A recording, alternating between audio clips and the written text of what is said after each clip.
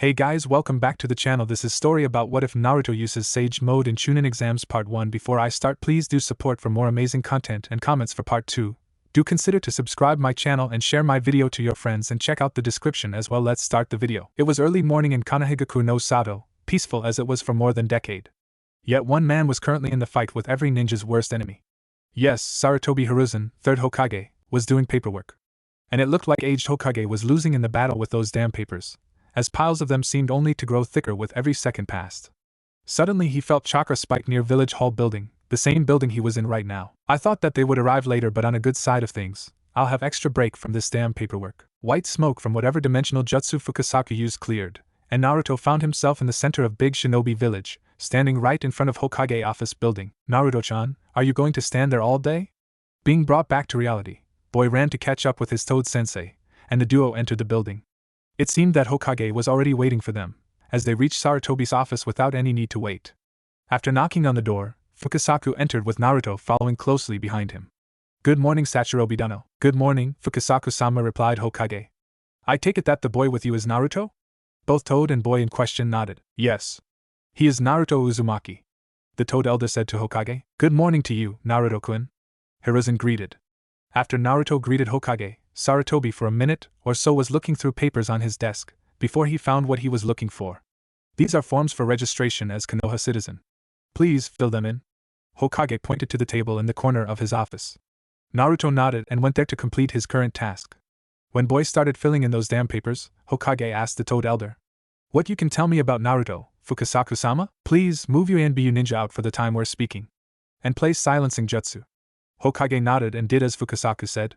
Well, as I wrote in the letter week ago, this boy is Namikaze Minato's legacy, his son, and jailer of Kyubi no Yoko. Of course, this information for the safety of Naruto should not leave this walls. True. Sarutobi agreed. What about his skills? He was trained by myself and several other Toads since he was 4. He was taught basic skills like tree climbing and water walking, our taijutsu style, some Toad ninjutsu that human can do. He knows summoning jutsu and signed our contract. Also, Jiraiya-kun spent 2 years with this boy, teaching him the art of sealing. Naruto, given his circumstances, has great amount of chakra. He can summon Gamabunta twice already, and for the same reason his chakra control is, let's say, awful. Hokage nodded in understanding. He is barely able to do normal henge and kawarini, so he was taught him modified versions of these jutsu. Also, about bushins. He was never able to do one. Instead he uses IWA bushins. You tested his elemental affinities? Sarutobi asked. Fukasaku nodded. Yes. He has wind as primary element and earth as secondary. And if he uses that power, he will also have fire and maybe lava. Interesting. Has he ever used Kyubi's power before? Kyubi's Yoki gives him great regeneration and healing abilities, but I've never felt Demon's powers being used for anything else. This boy has incredible stamina, and I think that this also has something to do with Kyubi. Sarutobi nodded again, as he agreed with the Toad elder. 1 year ago we started his sage training. Already? Hokage asked a bit more louder than he should have had. Something wrong? Naruto asked from the corner where he was filling in his forms. No, everything is alright. Sarutobi turned back to Fukasaku. You trained him to be a sage? He is only 11 now. I don't see a problem there. This boy was raised in a close contact with nature. Even so, his sage training isn't complete yet. He was taught how to use only sage taijutsu now. No senpun ninjutsu or genjutsu. Those will be taught when he is at least 14. Okay, Hokage sighed. What you'll say about his current level? He is strong enough to defeat a strong jounin in a match of brute force, and he often does unpredictable moves. But he's very straightforward and lacks actual battle experience. Spars are only spars after all, so I'll say that he is on average to high Chunin level now. And does he know about his heritage? Yes. And about his burden too. There was pause. I finished, Hokage-sama. Naruto came back with his forms filled. Good, Naruto-kun, here you go. Sarutobi gave the boy a pair of keys, some money and several more papers. For now you'll live in an apartment complex not far from the academy. You'll be given scholarship till you graduate. It is not very big, but it should be enough. Papers are for the landlord of apartment complex and for the ninja academy. Naruto nodded. Sarutobi paused for a second. Almost forgot. Fukasaku-sama mentioned that you know Toad taijutsu, but that style isn't very well suited for academy level spars. Hokage took a scroll from his desk. This is a basic taijutsu style taught at the academy. I don't insist, but it would be better if you learn this one too. Hi, Hokage-sama. Do you need any supplies for academy? Naruto shook his head while touching scroll in his pants pocket. Then I think you can join academy today. 3rd lesson will start in an hour. Hi. May I leave? Hokage nodded. Before you go, one more thing, Naruto-kun. Fukasaku spoke.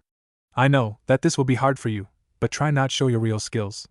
And nothing about your father and Kyuubi. Hi, Fukasaku-sensei. Good. If you'll need Toad's help, summon us. The Toad Elder paused for a second. It'll also be better for you if nobody other than Hokage knows about your summoning contract. Naruto nodded. Then you may go, Naruto-kun. The boy nodded again. Goodbye, Fukasaku-sensei, Hokage-sama. Naruto calmly walked out of Hokage's office and closed the door. 20 seconds later Sarutobi could hear Naruto running at the breakneck speed. What a boy! On the top of the stonehead third Hokage black-clad shinobi with Leaf Hydeate watched everything that happened in the Hokage's office through his spyglass. Well, it looks like this boy is Jinchuriki of Nine-Tailed Demon. Danzo-sama will like this. This boy should become his subordinate.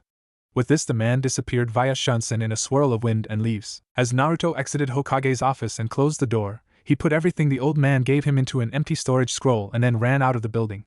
The streets of Konoha were now pretty crowded, so running towards the academy was hard, but remembering his sensei's words, Naruto never jumped to the roofs. 15 minutes later he arrived to the academy, having just enough time to copy timetable and to fill whatever papers he will need to fill to join. When he finished with signing the papers, break had already started long ago, so he had about 2 more minutes, and still he had to find the classroom of class he was joining. The bell rang about half a minute before he finally found the classroom he needed. He knocked on the door. Several seconds later a young man in standard Chunin attire came out into the corridor. Man had distinctive horizontal scar on his face. Yumino Irika, how can I help you? Asked the man. Good morning, Irika-san. I'm Naruto Uzumaki and I was said that I'll be joining your class. Naruto gave the papers from the academy principal to the teacher. Irika looked through them. So you are that new student Hokage-sama told me about? Naruto nodded. Hi. I think. When Irika returned to the classroom, his class was already chatting in a full voice, as if the lesson already finished. Silence. No reaction. Silence. Still no reaction. I said silence. Irika's giant head shouted. This time class was silent in a second. Okay, class, do you remember? I said that we will have new student this week. Hi, sensei. Class answered in unison. Irika continued. As your new classmate arrived earlier than Hokage-sama expected, he will join this class today. We are graduation class. Again, why will he join us? Shouldn't he be with kids who just started academy? Asked boy with red triangular marks on his cheeks and little puppy on his head. Said puppy barked as he agreed with the boy. Kiba, Hokage himself checked his level. The new student is more than capable to study in this class. Irika turned to the door. You may enter. The door opened and boy with blonde hair standing in every possible direction entered. The boy had bright blue with little tint of green eyes and 3 strange whiskers on each cheek. He was dressed in pretty simple khaki pants and jacket. The boy had 2 scrolls in the pockets of his pants and another one, which looked like it had been used for ages, in his hand along with desk set. Good morning, the boy said politely. So, why don't you introduce yourself? Asked Irika. The boy nodded. My name is Naruto Uzumaki. My parents were shinobi of Konoha, but both died during Kyuubi's attack, so I was raised and trained by my father's friends outside of the village and came back here just several hours ago. I like fruits, stewed vegetables and some dish I think you've never heard of. I don't really like meat, but I'm okay with it. I like my sensei, my friends, nature and its serenity. And I love you, my Natayan. I want to become shinobi so that people could live in peace and finally, I hope to make friends with you all. Silence. Thank you, Naruto. The boy nodded again and went to the back row of the classroom where he sat on the free stool. Then Naruto opened scroll he had in his hands. It had many small angular signs with occasional drawings in it. Naruto unrolled to where free space started and readied himself. Timetable says that it is history lesson now. It'll be interesting to see another point of view but only if teacher is as cool as Pa-sensei. But eventually Naruto found Irika-sensei to be boring lector and decided that he could see what that academic taijutsu was. Hokage said that it would be better if he learned it. Naruto opened the scroll Hokage gave him. This style looks weak by itself but then again, this is a basic taijutsu style that be adapted for almost anyone. It was everything that Naruto could say. While style was more offensive than Toads or Sages, it lacked powerful moves or combos and was pretty easy to be overpowered while in defense. Still, I need to learn it, sighed the boy. The rest of the lesson Naruto spent trying to memorize moves of the academic taijutsu style. When bell for lunch break rang, Naruto tried to walk out of the classroom, but was stopped by dark-haired boy in blue t-shirt with Uchiha symbol and white shorts, surrounded by crowd of girls. Fight me, said boy. Immediately whispers of Sasuke-sama is so cool started. Why? Naruto responded. How dare you speak to Sasuke-sama like that? Screamed 2 biggest fangirls of Uchiha, blonde and pink-haired banshees. I said fight me, idiot! Roared Uchiha boy, now identified as Sasuke. I'm not interested, stated Naruto and tried to walk away, but before he could make the 4th step, he felt Sasuke's fist approaching his head. Naruto leaned forward and Sasuke's fist missed its target.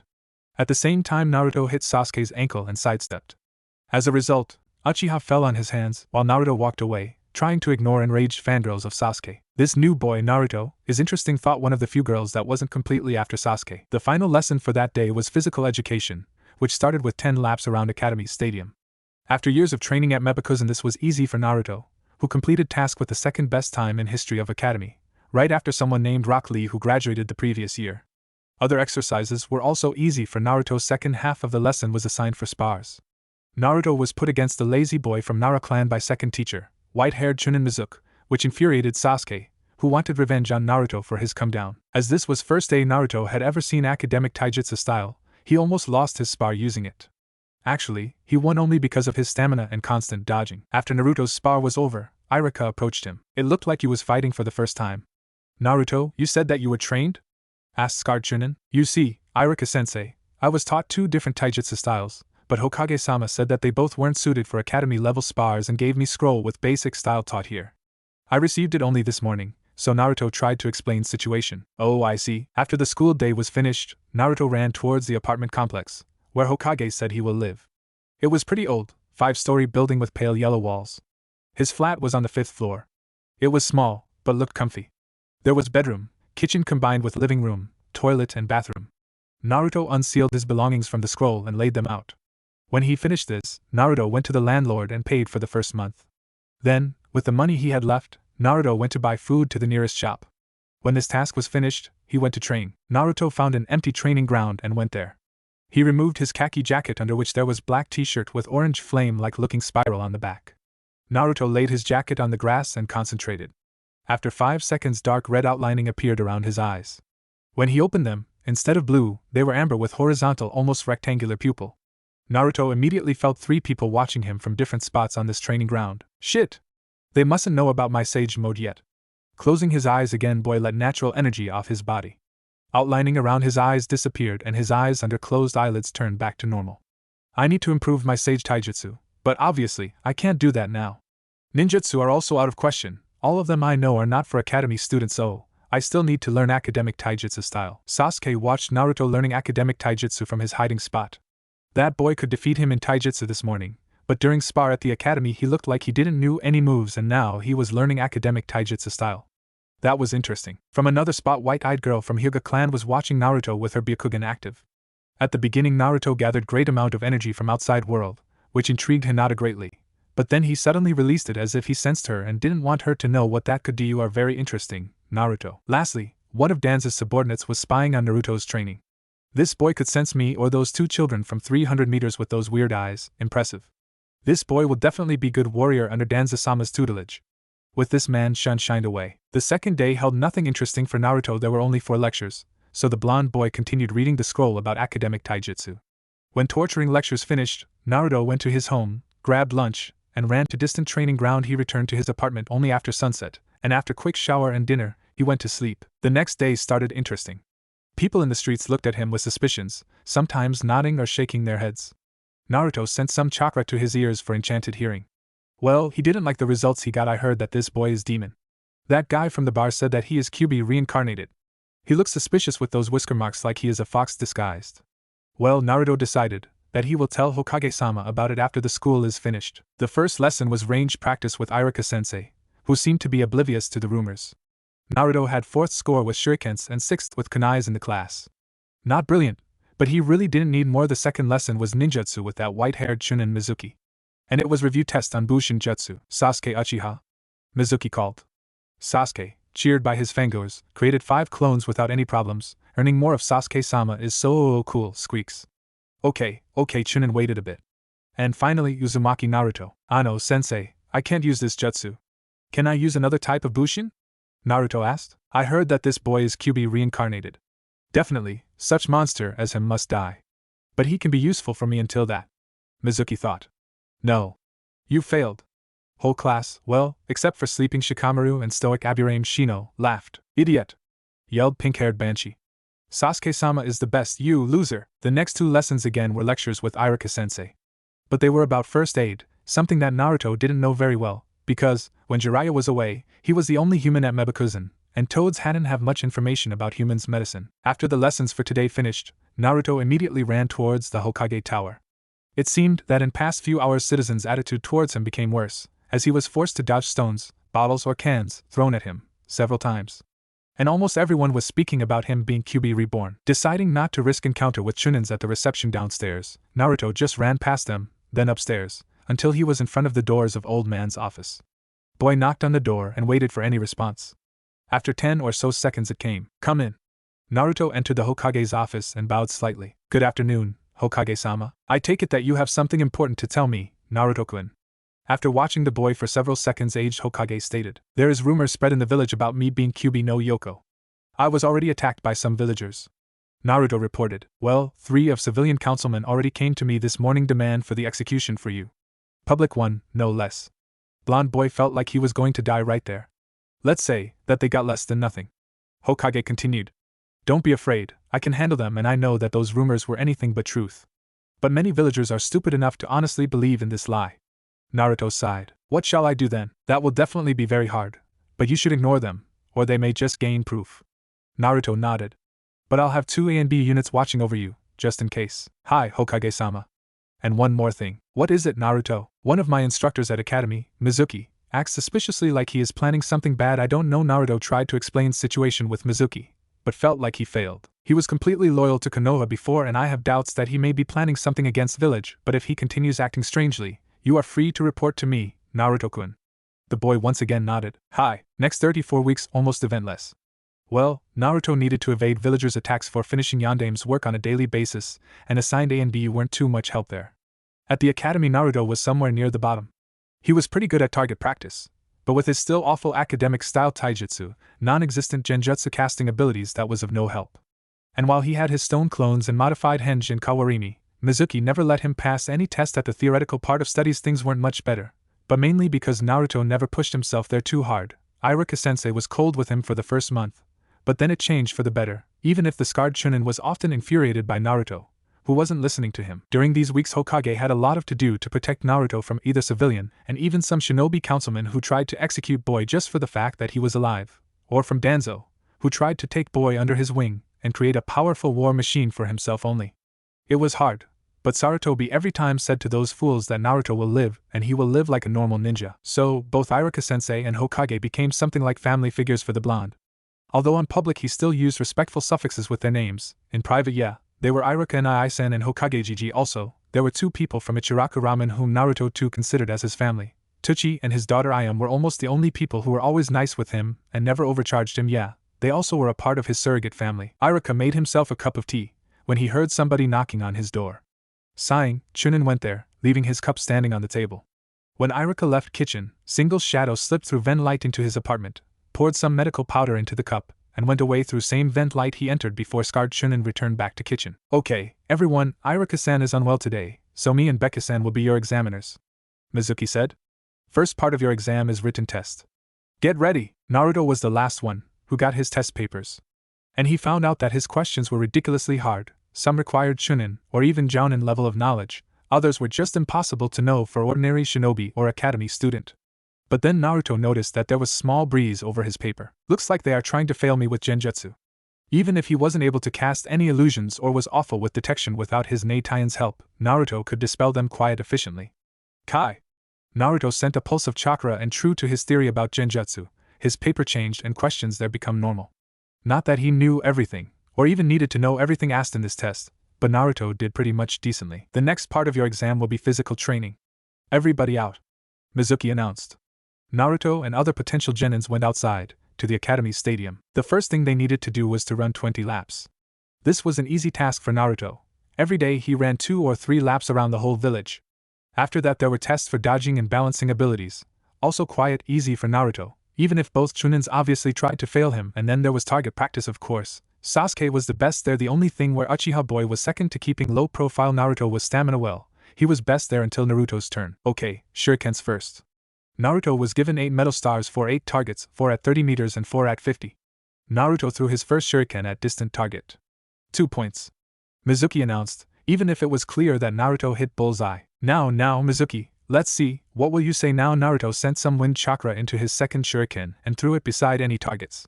At first. Half a second later, projectile began to change its direction. Shuriken hit the first target, made fist-size hole in its bull's eye, and flew further. The second target also gained hole in it, giving Naruto 9 more points, before Shuriken finally stopped. In the wall behind targets. Now even Mizuki could deny Naruto's points from this test, with the kunai-throwing blonde boy also used same strategy with wind chakra. After the lunch there was taijutsu part of exam. All that was needed to hold your ground against either of Chunins for 1 minute. Then Naruto decided to go with defensive moves of Toad style. While Beku was stronger and more experienced, Naruto's defense was a tough thing for him even with first gates opened. Mizuki had stopwatch and tried to fail Naruto by giving other Chunin more time. But after 3 minutes it was obvious that 1 minute time limit passed, and the white-haired Chunin was forced to pass Naruto there. Next were genjutsu and ninjutsu parts of exam.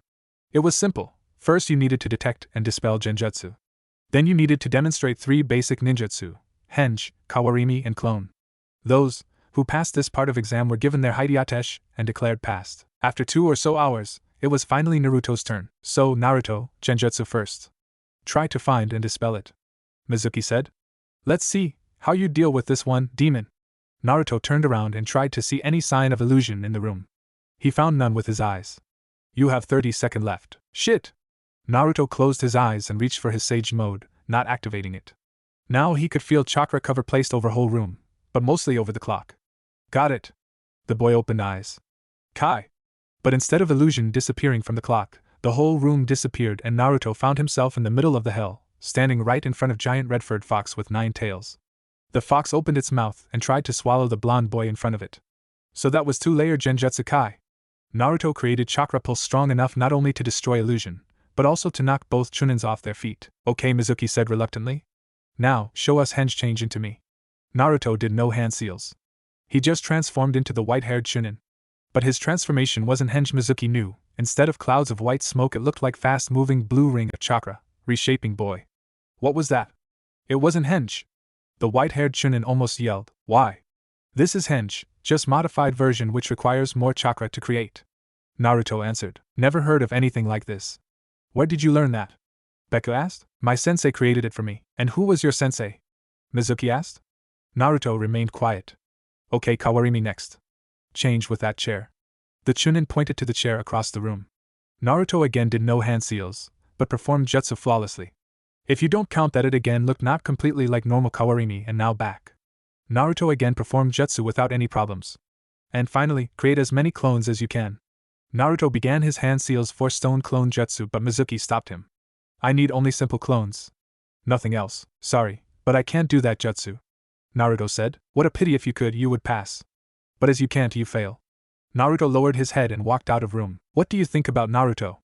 The Hokage asked 9 jounins in his office that were watching the exam through the crystal ball. He failed like to one of the jounins started, but caught Sarutobi's look that promised him a lot of pain if he finished that sentence. Naruto is much stronger than he lets on. Not looking away from his precious orange book, said silver-haired jounin known as Hitaki Kakashi. This boy has a lot of potential.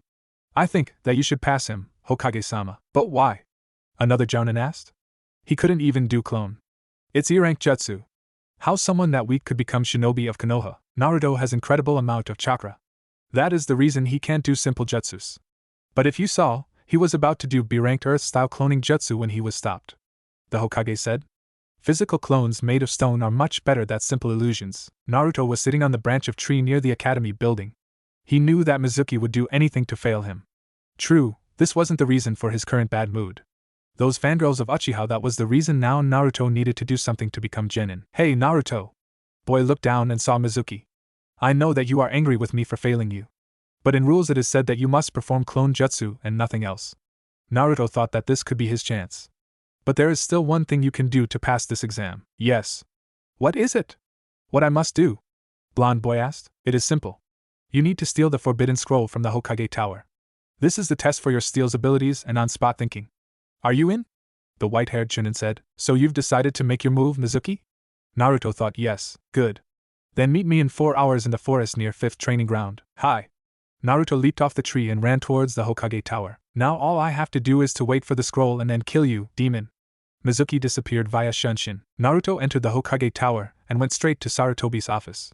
He heard voices from that side of the door, but his business was very important and needed to be done right now. Naruto knocked. Second later, bearded jounin opened the door. What do you need, kid? asked man. I need to speak with Hokage-sama, Naruto said. And then added, now, hey pa, this is Naruto boy and he wishes to speak with you right now. The Jounin shouted, Asuma, how many times have I said you not to call me pa during Jounin meetings? Asuma visibly shrank under Hokage's and father's furious glare. What is it, Naruto? Old man asked, now standing right in front of the blonde boy. Can we speak in private? Sarutobi nodded. They went into the corridor and entered a supply room. Hokage performed hand seals for the silencing jutsu. This is about Mizuki. He made his move, Naruto said. Oh, and what was it? The Hokage asked. After he failed me in the exam, he said that I still can pass if I take the forbidden scroll from this tower and give it to him. I suppose that he will flee from this village with the scroll. But he wants me to steal it so I will be guilty one there. Naruto tried to explain. I see when you came here, Fukasaku-sama said that you can defeat average Chunin. Hope you still can do that. The boy nodded. Good. So, here is the plan, you'll take that scroll. I'll make false search party, so there will be no suspicions. When you meet with Mizuki, you'll have to protect the scroll and defeat him. There will be a platoon of A and B just in case you need help. Naruto nodded again. This will be B-rank mission and if you complete it, you'll get your hideate and note in your personal record. Hi, so Naruto, the scroll you are looking for is in the old man explained how to get forbidden scroll without being caught. And remember, I give you 15 minutes to take it and flee from the tower. Naruto nodded. The Hokage paused for a second to release the silencing jutsu. Mission start. Iruka was making himself a cup of coffee. He just woke up. Suddenly he heard somebody knocking on his door. Sighing, scarred Chunin went to the door and faced Mizuki, who was obviously in a great hurry. Something happened, Mizuki? Iruka asked. Naruto stole the forbidden scroll and is trying to flee the village. We must catch him as fast as we can. The white-haired Chunin almost yelled. Shit! Iruka ran into his room, took his gear, and joined search party, forgetting about his coffee. News he just received were enough to wake him up completely. 3 hours later he entered forest near one of the training grounds. And to his surprise, he found Naruto in the first clearing. Blonde boy looked like he was training for at least several hours straight. That was strange. Found you, Iruka-sensei? Are you alright? We were said that you were unwell today, Naruto said. What the hell are you doing? You stole the forbidden scroll, Naruto. They can execute you for this. The scarred Chunin yelled. Shit! Nobody thought that there would be anybody beside me, Mizuki and A and B. What must I do? Tell him about my mission from Hokage? Or just say that I did it to pass Mizuki's test? Naruto thought. The second one, I think. Mizuki mustn't know that I know what he is planning as sensei. I failed my exam today, but Mizuki-sensei said that I still can pass if I give him this scroll. What? Then it hit Iruka. Mizuki wanted this scroll for himself, and just made Naruto do all the dirty work. But before he could think about any way around, Mizuki appeared in the clearing. You found him before me, what a pity. Oh, Iruka, don't be so sad, you'll be buried as a hero who tried to prevent the demon from fleeing the village with the valuable scroll. Mizuki laughed. Naruto, you brat, you know why everybody hates you. You are demon. You are the QB.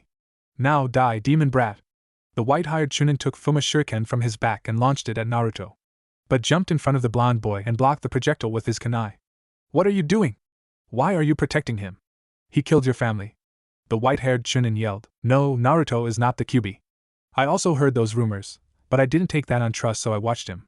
Naruto may be loud and not the best student, hell, he may be infuriating sometimes, but he is nothing like demon. He has no hatred. He is just orphan child with a great burden to carry. Iruka replied. And as a teacher, I must protect my students with everything I have. So much the worse for you. Mizuki threw the second big shuriken and Iruka couldn't block it. He waited for pain to come, but the only thing he felt was how he hit the ground with his right side. Scarred Chunin looked up and saw Naruto where he himself was a moment ago with Fuma's shuriken in the middle of his chest. There were dark red outlining around boy's eyes. Thank you, Iruka-sensei. Naruto opened his eyes, yellow with the rectangular horizontal pupil, like the toads have. He took shuriken out of his body and dropped it on the ground. Mizuki team, you tried to kill my precious person. You'll pay for that, like idiot, like you can do anything to me, demon scum. Mizuki reached for his pouch, took out a kunai and prepared for the attack. Naruto didn't charge into the combat right away. Instead he hit the ground, creating a small earthquake that sent the white-haired Chunin flying. In the air Mizuki couldn't dodge Naruto's punch, and his attempt to block it failed as both his arm broke from the tremendous force behind that punch. Mizuki flew through 4 thick trees, before stopping in the rock. Naruto appeared in front of the traitorous Chunin with forbidden scroll in his hands. 1. Never underestimate your opponent. And 2. Never betray Konoha. Take him. 7 A and BU units dropped in front of the blonde from the trees, grabbed Mizuki and disappeared with him via Shunshin. Second later the Hokage himself appeared in a whirl of wind and leaves. Good work, Naruto, mission success. the old man said. You're wounded. Shouldn't you visit hospital? Naruto shook his head. Nah, I'll be as good as new the next morning. And you know, I hate hospitals. The Hokage nodded and then he looked at Iruka. All that you saw about Naruto's abilities is an S-rank secret for now. The scarred Chunin audibly gulped and nodded. Good, here you go, Naruto. Sarutobi took New Leaf Hydrate from his robe's pocket and gave it to Naruto. Thank you, old man. The blonde boy said while tying Hydrate around his head. Naruto! Show some respect to the Hokage. Iruka almost yelled at the blonde boy. Oh, it's okay, Iruka-san. Old man replied. Now, Naruto, come with me. Naruto took Hokage's hand and they both disappeared in a swirl of wind and leaves. Second later they appeared in the Hokage's office. Oh, Hokage GG. Hope you won't be very angry that I learned a move from this scroll. Shadow clone to be exact. I just had nothing to do while I was waiting for Mizuki to appear, Naruto said quietly. You learned A-rank ninjutsu in 3 hours? Hokage shouted. Naruto immediately stepped back. Sarutobi saw that and calmed down. Sorry, Naruto, just a bit shocked. I think that this may be an extra reward for your mission and I have another mission for you. What is it? The blonde asked. It will be long-term mission. You'll be put as a third team member on Sasuke Uchiha's team. Your objectives will be restraining said boy's ego. If it will continues to grow, I'm afraid, he will explode. Both men chuckled.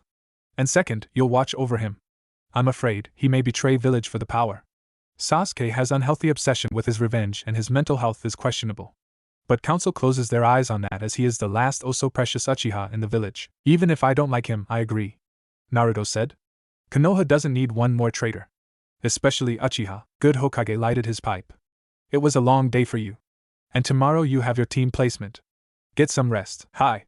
Naruto replied, while exiting old man's office. First thing Naruto did in the morning, after 2 laps around the village, shower and breakfast, he went to Market District and with many difficulties, like people who didn't want to sell him anything, bought new clothes.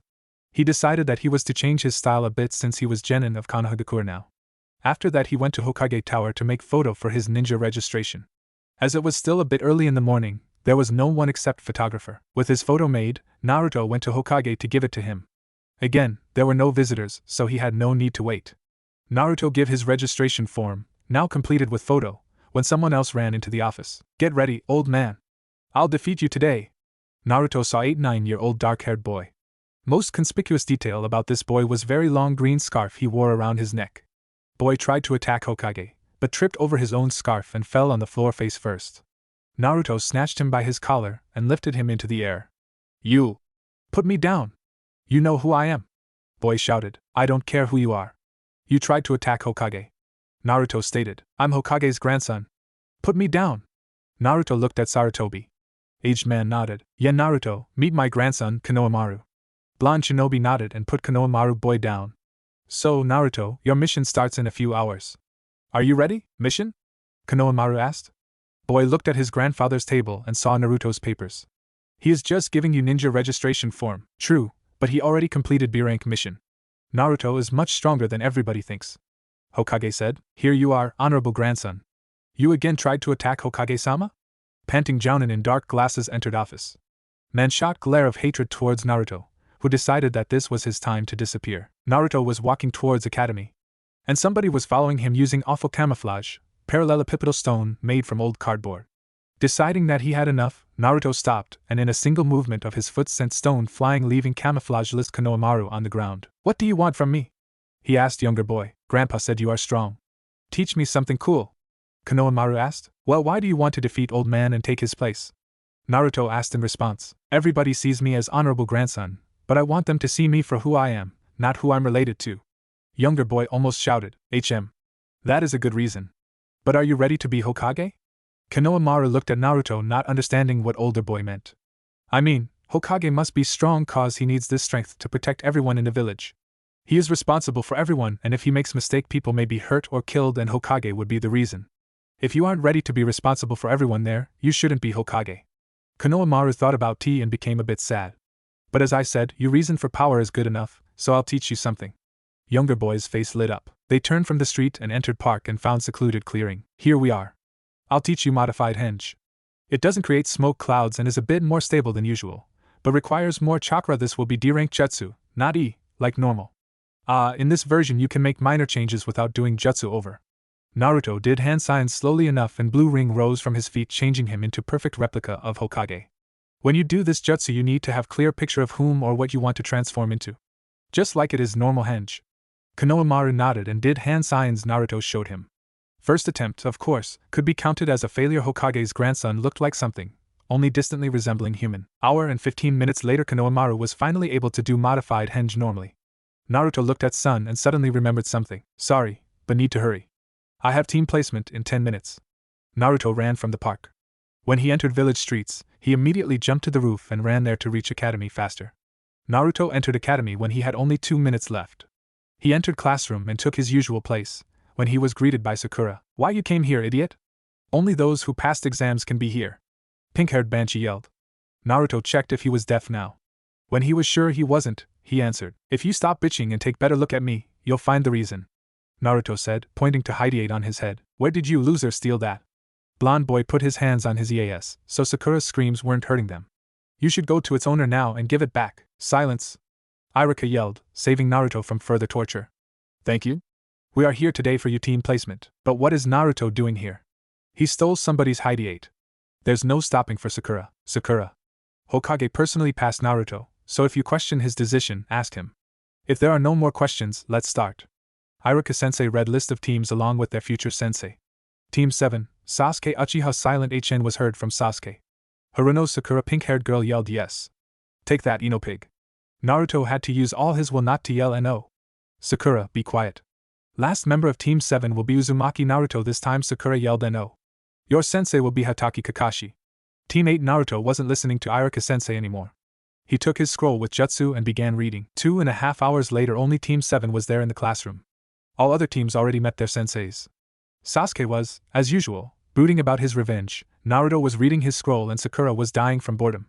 Then door opened and silver-haired Jounin in standard attire with mask on lower part of his face and headband over his left eye looked in. You are late! Sakura yelled. Jounin ignored here. First impression, one of you is loud, others are boring. Meet me on the roof in 5 minutes. Jounin disappeared in a poof of smoke before anybody could say him anything. 3 young genins walked to the roof where they found same silver-haired Jounin sitting on the railing with orange book in his hands. When Genin sat on the rungs, he closed his book and hid it in the pouch. Well, hello? Let's introduce ourselves. I mean your likes, dislikes, hobbies and plans for the future. Why don't you tell us about yourself first? Sakura asked. Okay. Jounin smiled with his only visible eye. My name is Hatake Kakashi. My likes and dislikes. He paused. Well, I have many hobbies and I really don't have plans for the future. All 3 genins thought along the line. Hell, the only thing we learned is his name. You're next, Pinky. My name is Haruno Sakura. My likes are. She looked at Sasuke and squeaked. My dislikes are Ino pig, this idiot. She pointed at Naruto. And unpunctual people. My hobbies. Sakura looked at Sasuke and squeaked again. My plans for the future. Looked at Sasuke, squeaked, and blushed crimson. Uchiha boy shivered. Fangirl. Kakashi thought. Blonde, you are next. My name is Uzumaki Naruto. My likes are nature and its serenity, my senseis, my friend and precious people. I like training and tasty food. And love you, Natai. And my dislikes are traitors, those who hate others without knowing them or a good reason to do so. My plans for the future I don't really know yet, but I want peace for everyone. Or at least for as many people as possible. Kakashi nodded. And brooding boy, my name is Uchiha Sasuke. I have few likes and many dislikes. I don't have hobbies. My plans for the future, no ambition, is to kill certain man and revive my clan. Uchiha boy ignored Sasuke-sama is so cool from Sakura, Avenger, his fangirl and pacifist. I have interesting team this year. Okay. For today you are free, but tomorrow at 6 o'clock at 3rd training ground you'll have your real genin test. What? We are genins already? Sakura yelled. No. Academy test is only to see if you're capable to be genin of Konohagakure. Your sensei, me, will decide if you'll become active duty genin. Remember, there is 66% of failure in this test and a piece of advice for you. Don't have breakfast if you don't want to puke. Bye. Kakashi disappeared in a whirl of wind and leaves. Naruto was the last one, save for Kakashi of course, to arrive at training ground number 3. He was greeted by tummy rumblings from Sakura and Sasuke. It was 5:57 in the morning and they waited for Kakashi. Sasuke was brooding. Sakura was thinking about the ways to go on a date with Sasuke. Naruto was reading his scroll. Yo! Kakashi, who had big backpack, greeted. You are late. Naruto and Sakura shouted. Well, it was almost 9 now. Sorry, Black Cat crossed my road so I had to walk a long way to avoid bad luck. Silver-haired Jounin smiled with his visible eye. Liar! Sakura yelled. Kakashi ignored her. Anyway, he took big alarm clock from his backpack and set them for 10:30. Then he took 2 bells and tied them to his belt. Your test will be to get one of these bells.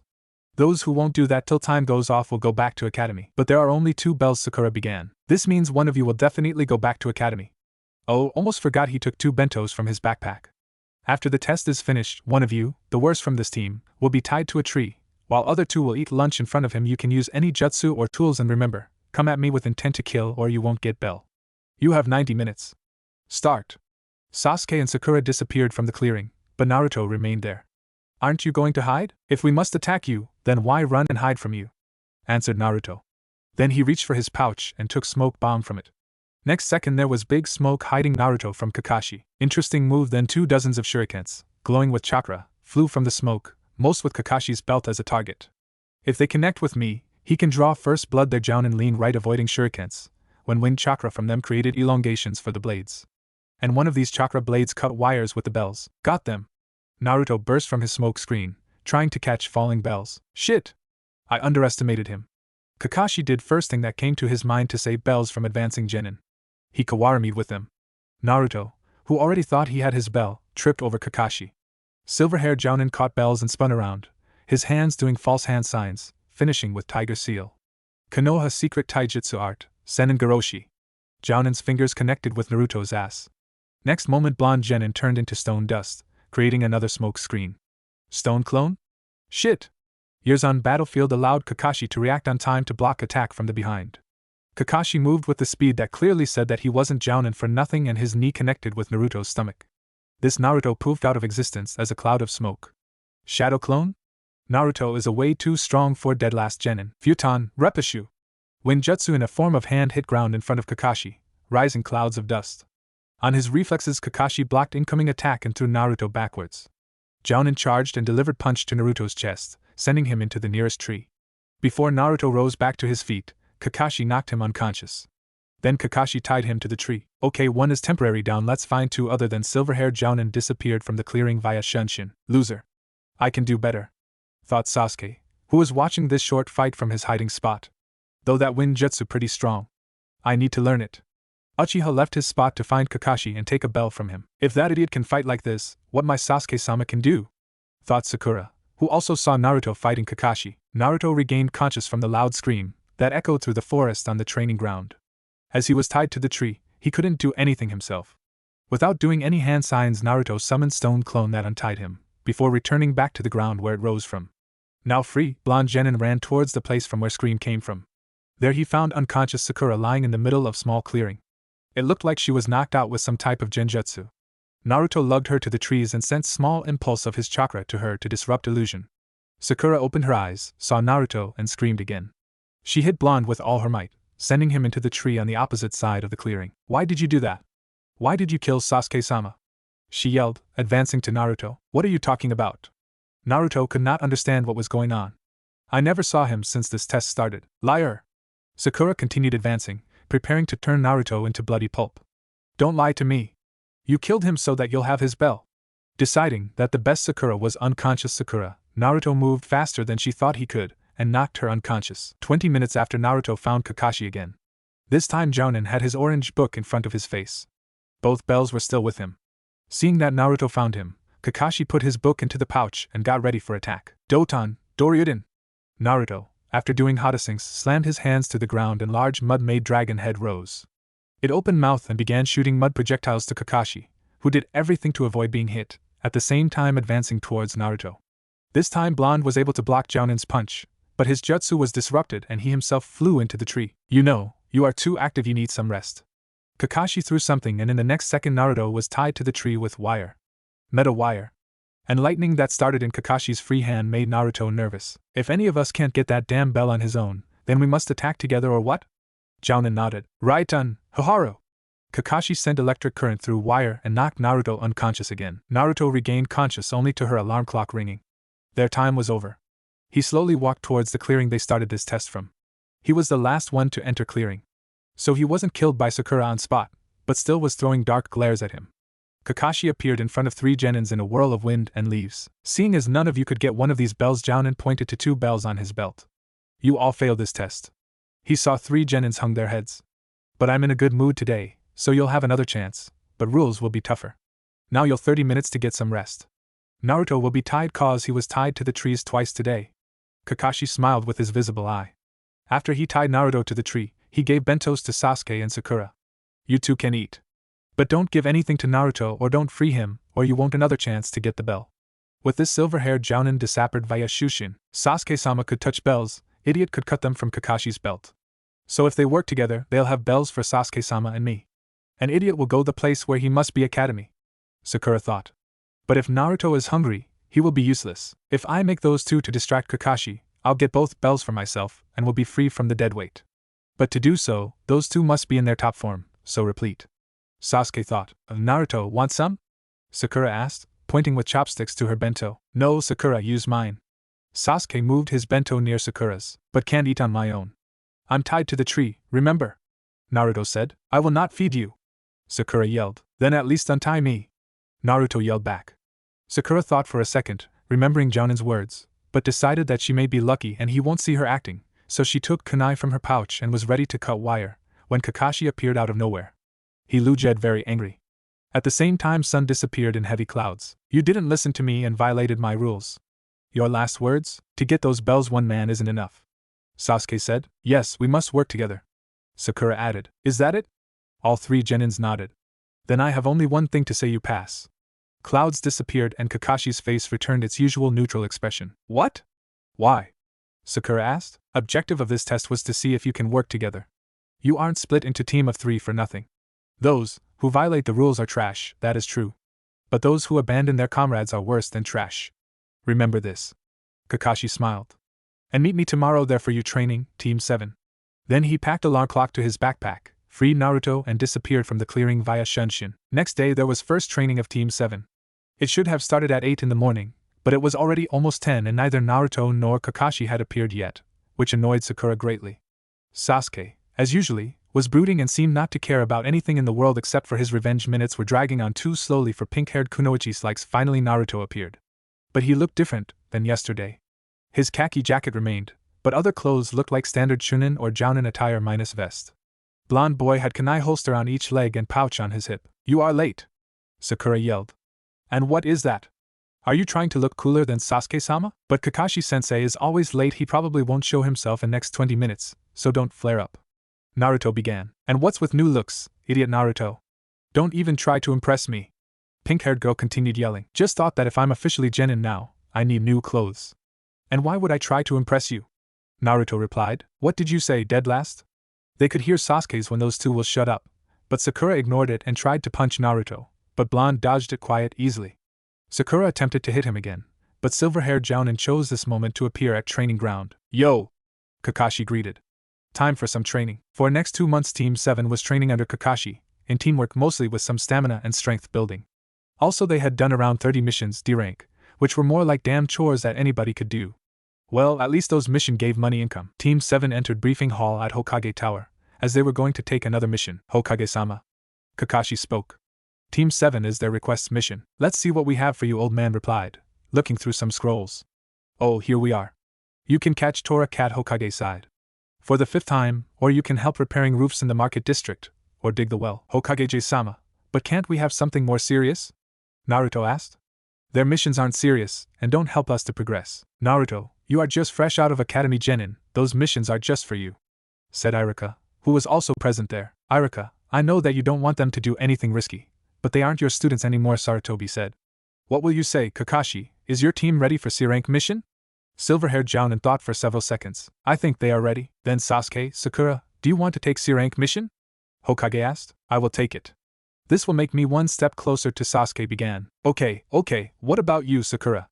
Kunoichi of Team 7 herself was very afraid of taking C-rank mission, but her Sasuke-sama was taking it, so she should too. I'm in, she stated weakly. So, how about escort mission? Client asked for protection from bandits on his way to the land of waves. Sarutobi asked. We will take it, Kakashi stated. Then send client in, Hokage ordered. Another doors to briefing hall opened and man entered. He was in his 50s and was dressed in cargo pants, pretty old undershirt, his jacket was tied on his waist. Man had sake bottle in his hand and was obviously drunk. And these brats are going to protect me? Those pink-haired girl who is ready to wet herself at the sight of enemy, duck-haired boy who tries to look cooler than he is, and blonde punk who looks less intelligent than my bottle? I paid for shinobi, not these brats. Man ranted. After he finished, Kakashi had to restrain Sasuke and Naruto Sakura from tearing him into shreds. Hokage sighed. Tazuna-san, it's not recommended to insult those who are going to protect you, you know. And I assure you that they are capable of completing mission you gave them. Also, they have one of strongest jounins of the village as their sensei. Fine, whatever. Man, now identified as Tazuna, said. Remember, brats, you are protecting me, Tazuna, super bridge builder. Okay, team, meet me and Tazuna-san at Southern Gate in 3 hours. Take everything you'll need for a 2-week-long mission. Kakashi said. 3 hours later, everyone was standing in front of Southern Gates. Even Kakashi was there on time.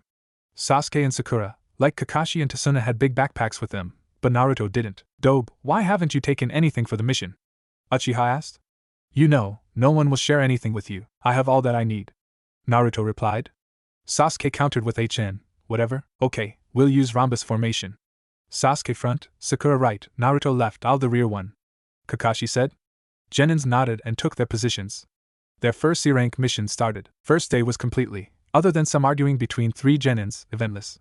Group moved extremely slowly, by ninja standards, as their client, Tazuna, was civilian and couldn't keep up with them if they started running. The only interesting thing that happened during night camp was the fact that Naruto really had all he needed sealed in a scroll, which earned raised eyebrow from silver-haired Jounin, show off, from Sakura and teach me that, from Sasuke, which blonde refused. Next day also started eventless, but around noon Naruto sensed something. They entered area where nature itself seemed to be alerted. Blonde reached for his sage mode and immediately sensed 2 chakra signature and approximately 50 meters in front of them. But they looked like puddle of water, ambush. Naruto looked at Kakashi and Man nodded, he too saw it. But Sasuke or Sakura seemed oblivious to it. When group passed strange puddle, those 2 in the ambush decided to strike. 2 cloaked figures of Kiri Chunin missing Nins, demon brothers, rose from the puddle and attacked. They wrapped the chain, connected to their gauntlets, around Kakashi and tore him into shreds. Naruto sensed his sensei performing kawarimi one moment before he was killed, so he wasn't afraid as much as Sasuke was. Sakura and Tazuna were in state of pure horror. 1 down, 4 to go. Chunins went after Naruto and Sasuke. Uchiha dodged gauntlet slash and tore chain from it. He spun and delivered blow to his opponent's stomach at the same time performing hand seals. His blow was parried, but Demon Brother could do nothing to prevent next move of Sasuke. Katon, Kakakyu! Even if Fireball wasn't done at its full power, Kiri Chunin was now out of fight. Naruto on his side blocked enemy's attack with kunai and delivered kick to Demon Brother's chest. Chunin was unlucky and was thrown into the tree, where he lost consciousness. Good work, Naruto, Sasuke. Kakashi appeared on the road, but Sensei Sakura still thought that Kakashi was killed in the beginning of this short fight. Silver-haired Jounin answered to her with one word, Kawarimi. Then he looked at Tazuna, who visibly paled. Interesting, those were after you, it seems. Care to explain? Bridge Builder paled even more, but explained situation. Wave Country was very poor because of Gato's monopoly, and Great Bridge Tazuna was building was the only chance to save country. But Gato hired thugs, samurai and even missing Nins to stop Tazua from completing the bridge. After self-proclaimed Super Bridge Builder finished his story, Kakashi spoke. This will be B or even A rank mission. We should return and switch teams, but Kakashi-sensei, if we abandon this mission, it will give us nothing. I say we continue. Sasuke said. Sakura only nodded, looking at her crush.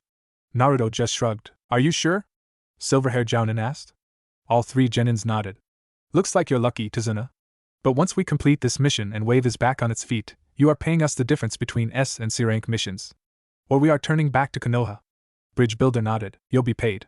So group continued its way to Wave Country. 2 next days were again eventless. Now it was early evening and Kakashi decided to set up a camp. Naruto volunteered to bring some water from nearby river. Blonde boy ran between big trees, and when he was almost on the bank, after running around another tree, he spotted blonde girl there, obviously shinobi.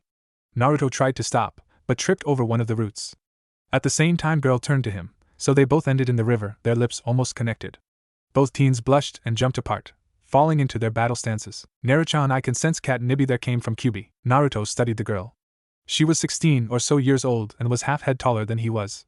Her frame was tender, and her skin was tanned a bit. Girl had long, made into braid blonde hair. She had hidden cloud hideate on her forehead. She wore simple purple t-shirt and pants. Naruto switched his attention to Kumo Kunoichi's eyes. They were brown with some green and had a bit slitted pupil. And there was ocean of pain and loneliness behind them. Those eyes. Naruto dropped his hands. I will not fight the one like me. Girl looked at him with confusion, not lowering her guards. What are you talking about, brat? She hissed. You know what I'm talking about. So which one? Blonde boy asked. Kumo Kunoichi still seemed not to understand him. Okay, I have Kyubi Taian. And she says that you have Nibi. Girl's eyes widened. You are too? Naruto nodded. Even if I hate this word with passion, it describes us better than anything we are. Jinchuriki. Kumo Kunoichi forgot that second ago she was ready to kill this boy and came close to him, touching his cheek with her fingers like not believing that he was real. Still, you seem to be a bit different, maybe. I spent only last year with humans, maybe. I'm really a bit different, but I have pretty good idea what must you have gone through. I want to be friends with you. Those like us need somebody who can understand, Naruto replied. Girl nodded. Of course, I'm Yujito Ni of the Hidden Cloud, Naruto Uzumaki from the Hidden Leaf. They just stood there for a minute, when something hit blonde boy. Sorry, but I need to return to my team. Yujito nodded and leaped away. Goodbye, Naruto, she said before disappearing in the forest. Bye, Naruto replied. Then he ran through 4 hand seals.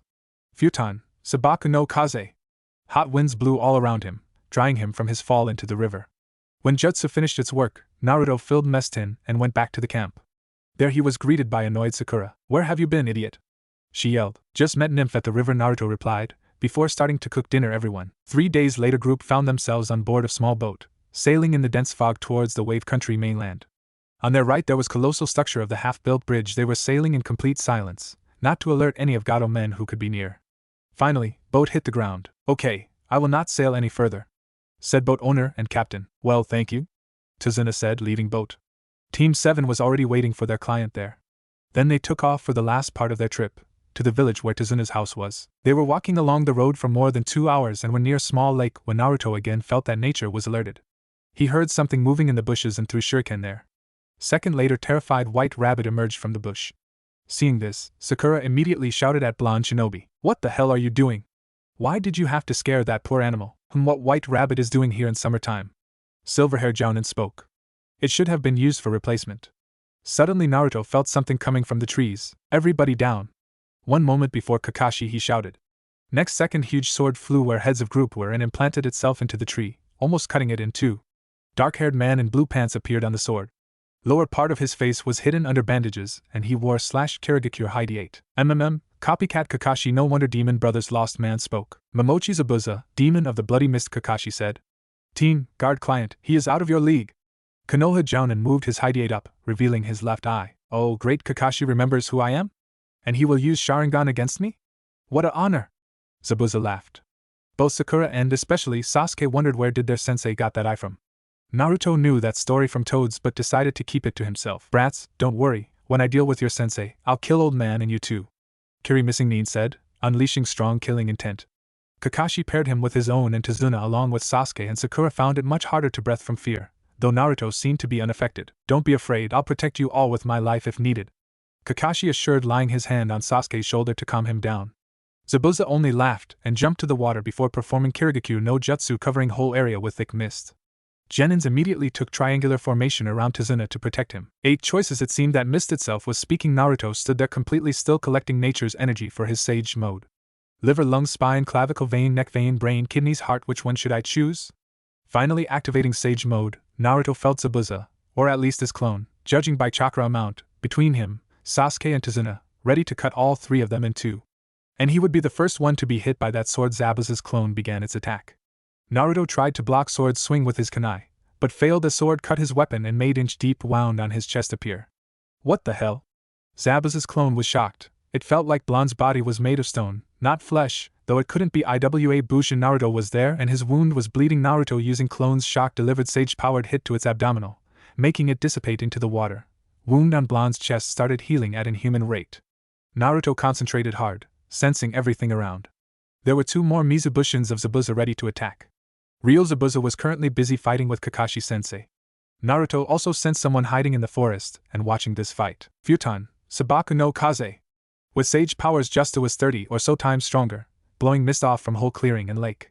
Using moment mist disappearance as a distraction, Naruto turned off sage mode. No one should know about it yet.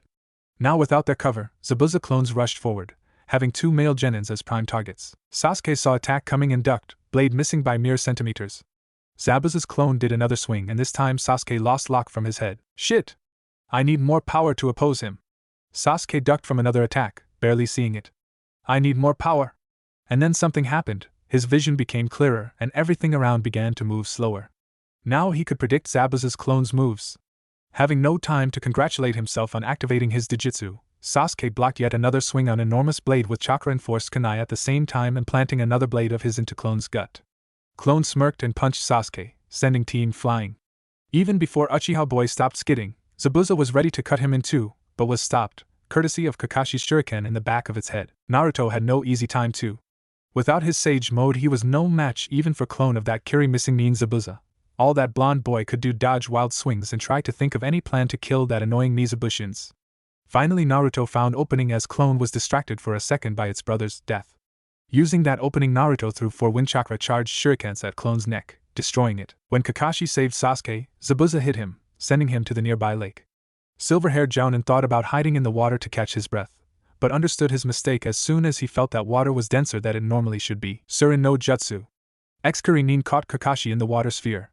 This prison may be made of water, but it is harder than steel one, Zabuza told, while creating single Mizubushin with one-handed hand seals. Take Tazuna and run, Kakashi said to his students. No! We don't abandon our comrades, Naruto yelled, summoning 4 IWA Bushins to fight Zabuza's clone.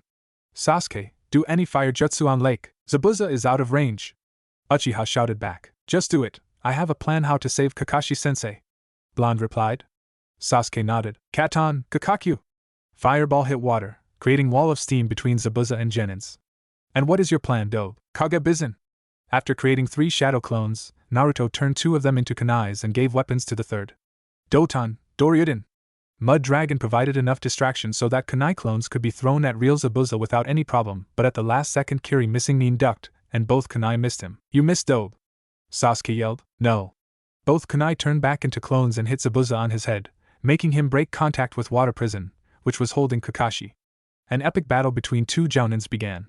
At first Sasuke tried to copy water jutsu they were using with his finally activated Sharingan, but soon felt his chakra reserves drained and had to deactivate his digitsu. Finally Kakashi used Grand Waterfall Jutsu and severely wounded Zabuza.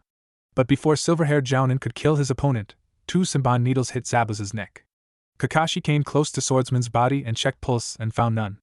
But before he could say anything, Kiri Hunter Nin appeared near body and grabbed it. Thank you, Konoha Ninja, for helping to kill this man. I was pursuing him for several weeks. Now I'll destroy his body. With that mysterious ninja, who sounded to be around 17, disappeared with Zabuza's body via Shunshin. Kakashi, seeing that there was no peril for his team and their client there, allowed himself to pass from chakra exhaustion. When Team 7 and Tazuna finally reached Bridge Builder's house, they were greeted by his daughter, Tsunami. After quick and in time made dinner, all 3 genins almost immediately dropped off to sleep in the rooms they were settled in. Next morning they summoned by Kakashi. Man was still looking pretty bad from his chakra exhaustion. But what he said to them was much worse. I'm afraid Zabuza is still alive. Sakura and Sasuke looked thunderstruck. Naruto was a bit calmer, but only a bit. But how, sensei? He was hit on his neck. No one can survive something like that. Pink-haired Kunoichi finally blurted out. You remember, what was Zabuza hit with? Silver-haired Jounin asked. Senbon needles, Naruto said. Yes. If aimed correctly, these needles can put one in near-death state. But to recover from that, one will need at least 1 week of time. Kakashi sat on his futon. We have to get stronger in this week. NBU member appeared in Sarutobi's office. Hokage-sama, we were finally able to get a trace of the one who spread rumors about Kyuubi in the village. It was done by one of Danzo's men. Operative said, anything that could be used against Danzo for fomentation of disturbance? Old man asked. Unfortunately, only several eyewitnesses. Too bad, Hokage sighed. Continue investigation, please. As you wish, Hokage-sama. ANBU disappeared from Sarutobi's office via Shunshin. So, what are you going to teach us, sensei? Sakura asked. All 3 genins and their sensei were standing in the clearing of the nearby forest. Though Kakashi was using crutches, as he was still weak from his battle with Zabuza. I'm going to teach you tree climbing. What kind of training is that? Sakura shouted. Well, listen until the end. In this exercise you will climb a tree without using your hands. Silver-haired Jounin finished. How is that possible? Team 7's Kunoichi asked. Like this, sensei? Naruto asked, while jumping between 2 trees till he reached Thick Branch, where he stopped and was now standing head over heels on it. 2 other genins as well as Kakashi were shocked, though because of different reasons, Sakura and Sasuke because they thought this was impossible, while their sensei because Naruto already had obtained this skill. Oh Naruto, you already know tree climbing? Why don't you teach it to your teammates then? Kakashi heard Blonde muttering something like lazy sensei under his breath, but ignored. Young Jinchuriki jumped down from the branch and landed near Sakura and Sasuke. I still don't see how this will help us become stronger. Dobe, where do you know how to do this from? Pink-haired Kunoichi and Uchiha Avenger asked almost at the same time. Sakura, this training has 2 points. First, it will allow you to use any solid surface as a pivot. And second, this will increase your chakra control, and better chakra control means less chakra usage for jutsus, while the jutsus may become more effective. Naruto explained. And Sasuke, my sensei taught it to me when I was 6 or so. Seeing as brooding boy wanted to demand something, blonde Jinchuriki continued. He won't teach you. Your name is nothing for him. And I was trained only because it was my father's last wish. My father and sensei were comrades and good friends. Then Naruto remembered one more thing. He saw Sasuke's activated Dijutsu during that fight with Zabuza. And forget about using your Sharingan eyes. Even if your mind will know what to do, your body won't be able to do that. You need to learn this through hard work. Seeing angered Sasuke, Naruto decided to do one last blow to other boy's pride. I also have a training to do. I'll leave a clone to teach you. But if you destroy it before it explains you how to do tree climbing, you'll have to figure that on your own. Blonde summoned single Kage Bizun and then walked away to another clearing. Kakashi, who watched his subordinates interact, only sighed and shook his head. He will never understand these kids. In the evening, Team 7 was finally able to meet with the last inhabitant of Tezuna's house, bridge builder's grandson Inari. That 7-year-old boy ran into dining room when Kakashi and trio of his students, along with Tsunami and Tezuna, were having dinner. Oh, Inari-kun, meet great ninjas who protected me. Old man called. They are going to die. Boy stated, looking at 4 shinobi in the room. And why is that? Naruto yelled back. Kakashi was too into reading his precious orange book to answer. Sasuke too remained quiet as he was thinking about his revenge, and Sakura was too shocked by the statement. No one can oppose Gado, was Inari's reply. Yeah, and Sasuke over there can laugh. Tezuna and Kakashi chuckled, while Uchiha boy decided that Naruto wasn't worthy of his reaction this time. What was that for? Blonde boy was rubbing bump on his head from Sakura's hit. Don't insult Sasuke-sama. Pink-haired Kunoichi yelled at her blonde teammate. Oh, shut up. Naruto responded. If you want to live, run away. Inari said before running away from the room. What's with him? Konoha's Jinchuriki asked. Tezuna sighed. Well, it is a long story, and he told about village's hero Kaiza, who became father figure to Inari. And about what Gado did to that man. I'll go talk with him. Naruto stated after Tezuna finished telling the story. Without waiting for others to say anything, he went out of the room and reached for his sage mode. He could sense that boy now. He was on the second floor in one of the small rooms. Naruto turned off sage mode and marched to where Inari was. He opened door to the boy's room and saw him crying. Well, Naruto suddenly felt very uncomfortable. Tezuna-san told us your story and you know nothing. You ninjas know nothing about hardships of life. Inari shouted through his cries, but succeeded only in angering blonde Jinchuriki. Naruto in a blink of an eye was in front of younger boy, pinning him to the wall. So I know nothing? Let me tell you part of my story. Naruto took a deep breath to calm down and let Inari free. Unlike you, I have no real family. Hell, I can count with my fingers those from Konoha, who don't hate me simply for who I am. And this is not all. I spent in Konoha only 1 year. And there were at least 59 assassination attempts. They tried to kill me 59 times. And that are only those attempts that I know about. Inari looked at Naruto, not really believing in older boy's story. And tell you what, I too didn't have harshest life. Naruto paused. Tezuna said you don't believe in heroes anymore. Well, if everyone will sit and cry like you do, there won't be any heroes. One isn't born as a hero. One can only become a hero. But Inari tried to say something, but Naruto didn't let him. What but? Nothing will happen if won't do something. Think about it. And Naruto left the room. Young Jinchuriki still felt anger boiling in him, so he decided to blow some steam with training, and it didn't matter that it was 9 in the evening already. Next morning, dark-haired boy in girlish pink kimono was walking through the forest, collecting herbs, when he entered clearing that looked like his master trained in kenjutsu there. Many thicker trees had deep cuts on their trunks, while thinner ones were just cut into two. Earth too had many gashes. Boy spotted herbs he was looking for, dismissing thoughts about what happened here for a while. He collected what he needed and was about to leave. He turned around and saw someone. 12 or so years old blonde boy in dark blue pants and sweater and khaki jacket. Sleeping, leaning against one of thicker trees. Ninja of Konohagakure, judging by his height. 8. Hey! Dark-haired boy shook sleeping blonde. You shouldn't sleep on the ground. Blonde boy yawned and opened his eyes. Oh, it's morning already. Guess I trained a little too much yesterday. Blonde yawned again. And then it hit him that he wasn't alone in the clearing. Hey, who are you? I'm just collecting herbs so I can heal my precious person. So you trained and I can see you are ninja. But what are you fighting for? Herbalist boy asked. I was raised in close contact with nature and believe that people should live in peace. My goal is to bring peace to everyone. Or at least to those close to me, those I care about. So you too have a precious person. Only one who does something to his precious person will do it in the best way. So you will be truly strong only when you fight for those you care about. Yeah. Blonde Shinobi agreed. By the way, I'm Haku, Naruto Uzumaki. Sorry, but I have to go to prepare medicine, Haku said, going away from Naruto. By the way, aren't you Hunter Nin who took Zabuza's body? Blonde suddenly asked. Haku didn't show fear that struck him with other boys' question, just shock, but he was sweating on the inside. Is he a sensor type? Or was it just a blind guess? No. He lied. Good.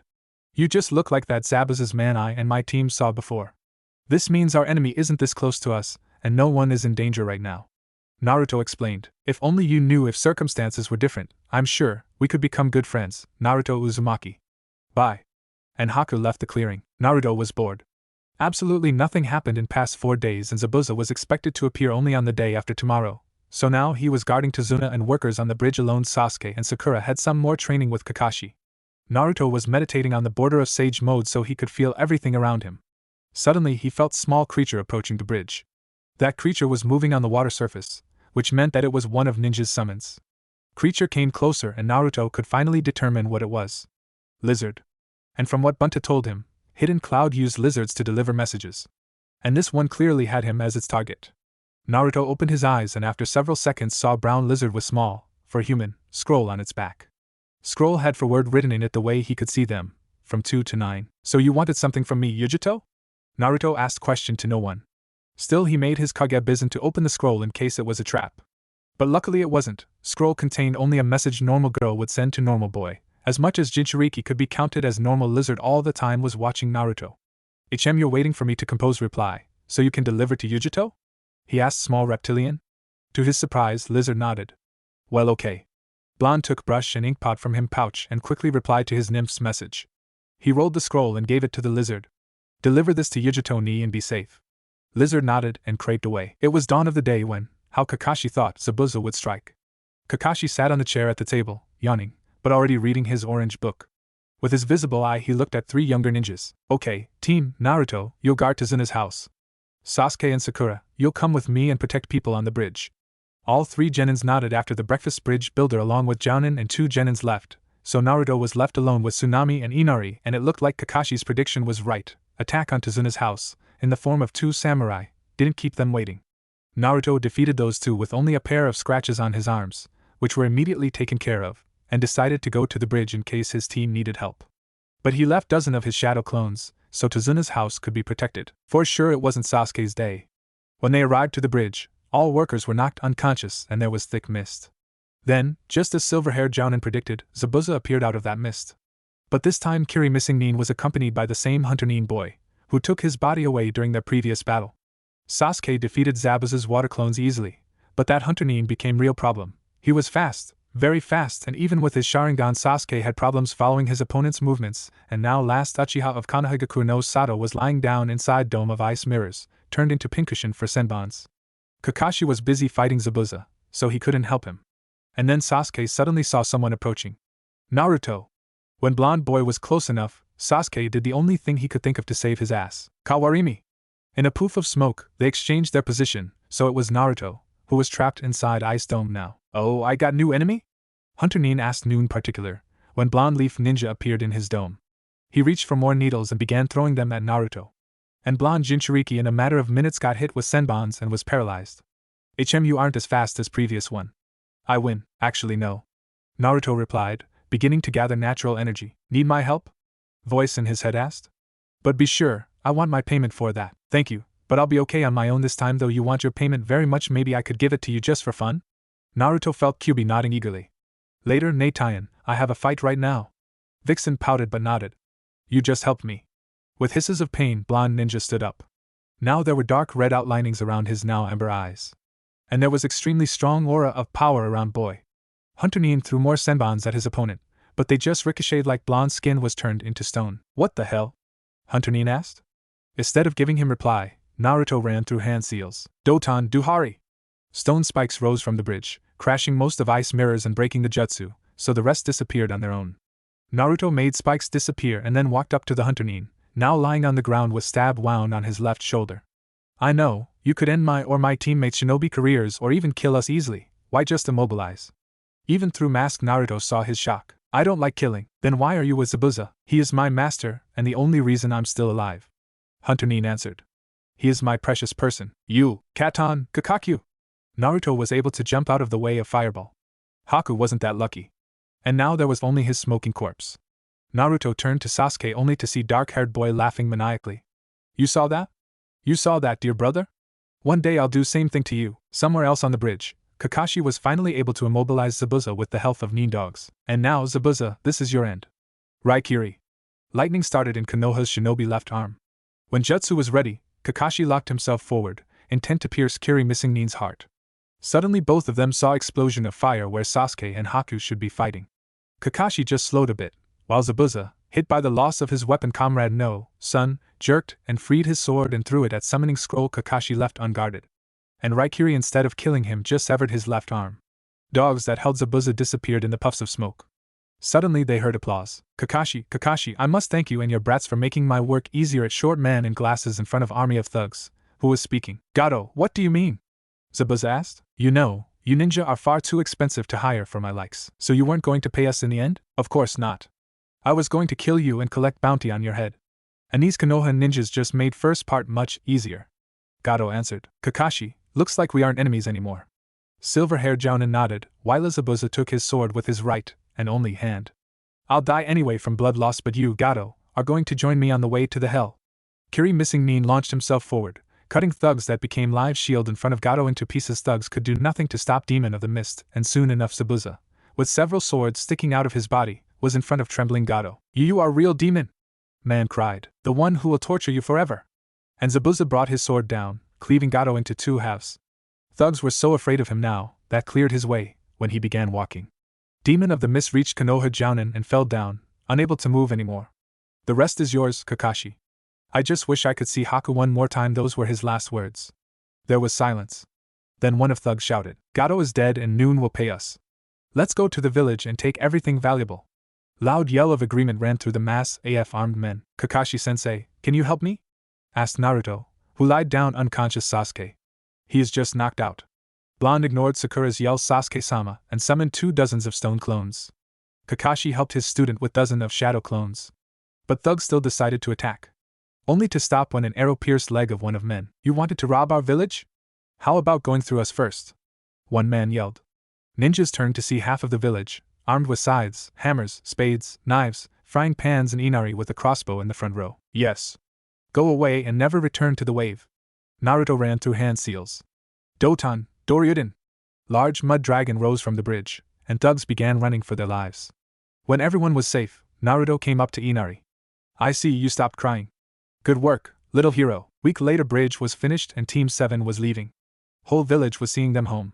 When 4 shinobi became dots on the horizon, someone asked, how will we name the bridge? What about Great Bridge of Hope? Another man suggested, maybe Great Naruto Bridge then? Tazuna suggested jokingly, but reaction of crowd surprised him. Yeah. Why not? He gave us hope. He is the hero. People shouted.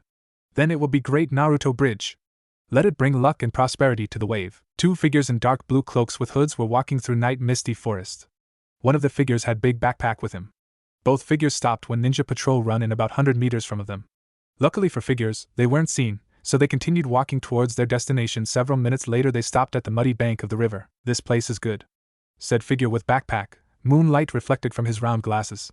Stay on guard while I execute the plan. Hi. Second figure nodded, summoning 2 white blades from his sleeves. First figure put his backpack on the ground and opened it, revealing 4 big brown eggs. He did 3 hand seals and mud on the bank moved, creating something like a nest. Good man in glasses moved all eggs into newly made nest. Grow strong, weapons of my master. Bring your wrath upon our enemies. Looks like we have guests, said figure with blades. It's not even bad right now. Kill them, leave their bodies there and catch up with me. Glasses wearing man said. Our little friends will hatch soon. They'll need food. As you wish. Blade wielder readied himself for a short battle with patrol ninjas, as his companion escaped the area via Shunshin. It was whole week since Team 7 returned from their A-ranked mission in the Wave Country. After 3 days of rest, Team began taking missions again. Simple D ranks, as both genins and their sensei were afraid to take another C-rank mission right now. Who knows, maybe they will run into another very strong missing nin, who will try to kill them? But things usually don't go the way you want. Kakashi, I'm sorry, but right now we don't have any other teams in the village for this mission. Old Hokage spoke. I need you to deliver message scroll to the hidden waterfall. This will be C-rank mission. Silver-haired Jounin nodded and took scroll Hokage gave him. I understand and will comply to your orders even if I don't like them. Team, get ready for a week-long C-rank mission. We are leaving in 4 hours. Genins too weren't very happy with this mission, but could do nothing as this was Hokage's order, so, after they were dismissed from briefing, they went to their homes to pack for the mission. Team 7 was already traveling 3 days and now were close hidden waterfall. It was said that this was the most hidden ninja village now second after reformed Hidden Sound, so if there will be no one to guide them, they might spend several extra hours trying to find gates of Takagakura no Sato. Luckily for them, after they took another turn on the road, they saw a single shinobi with Taki Hideate waiting for them. That shinobi was a tomboy-looking girl of around 15-16 years old. She had tan skin, short tealish green hair with red flower in them over her right ear and red eyes. Girl was wearing white top, white arm warmers, short white miniskirt with just a little longer chainmail shorts under it and dark gray shinobi sandals.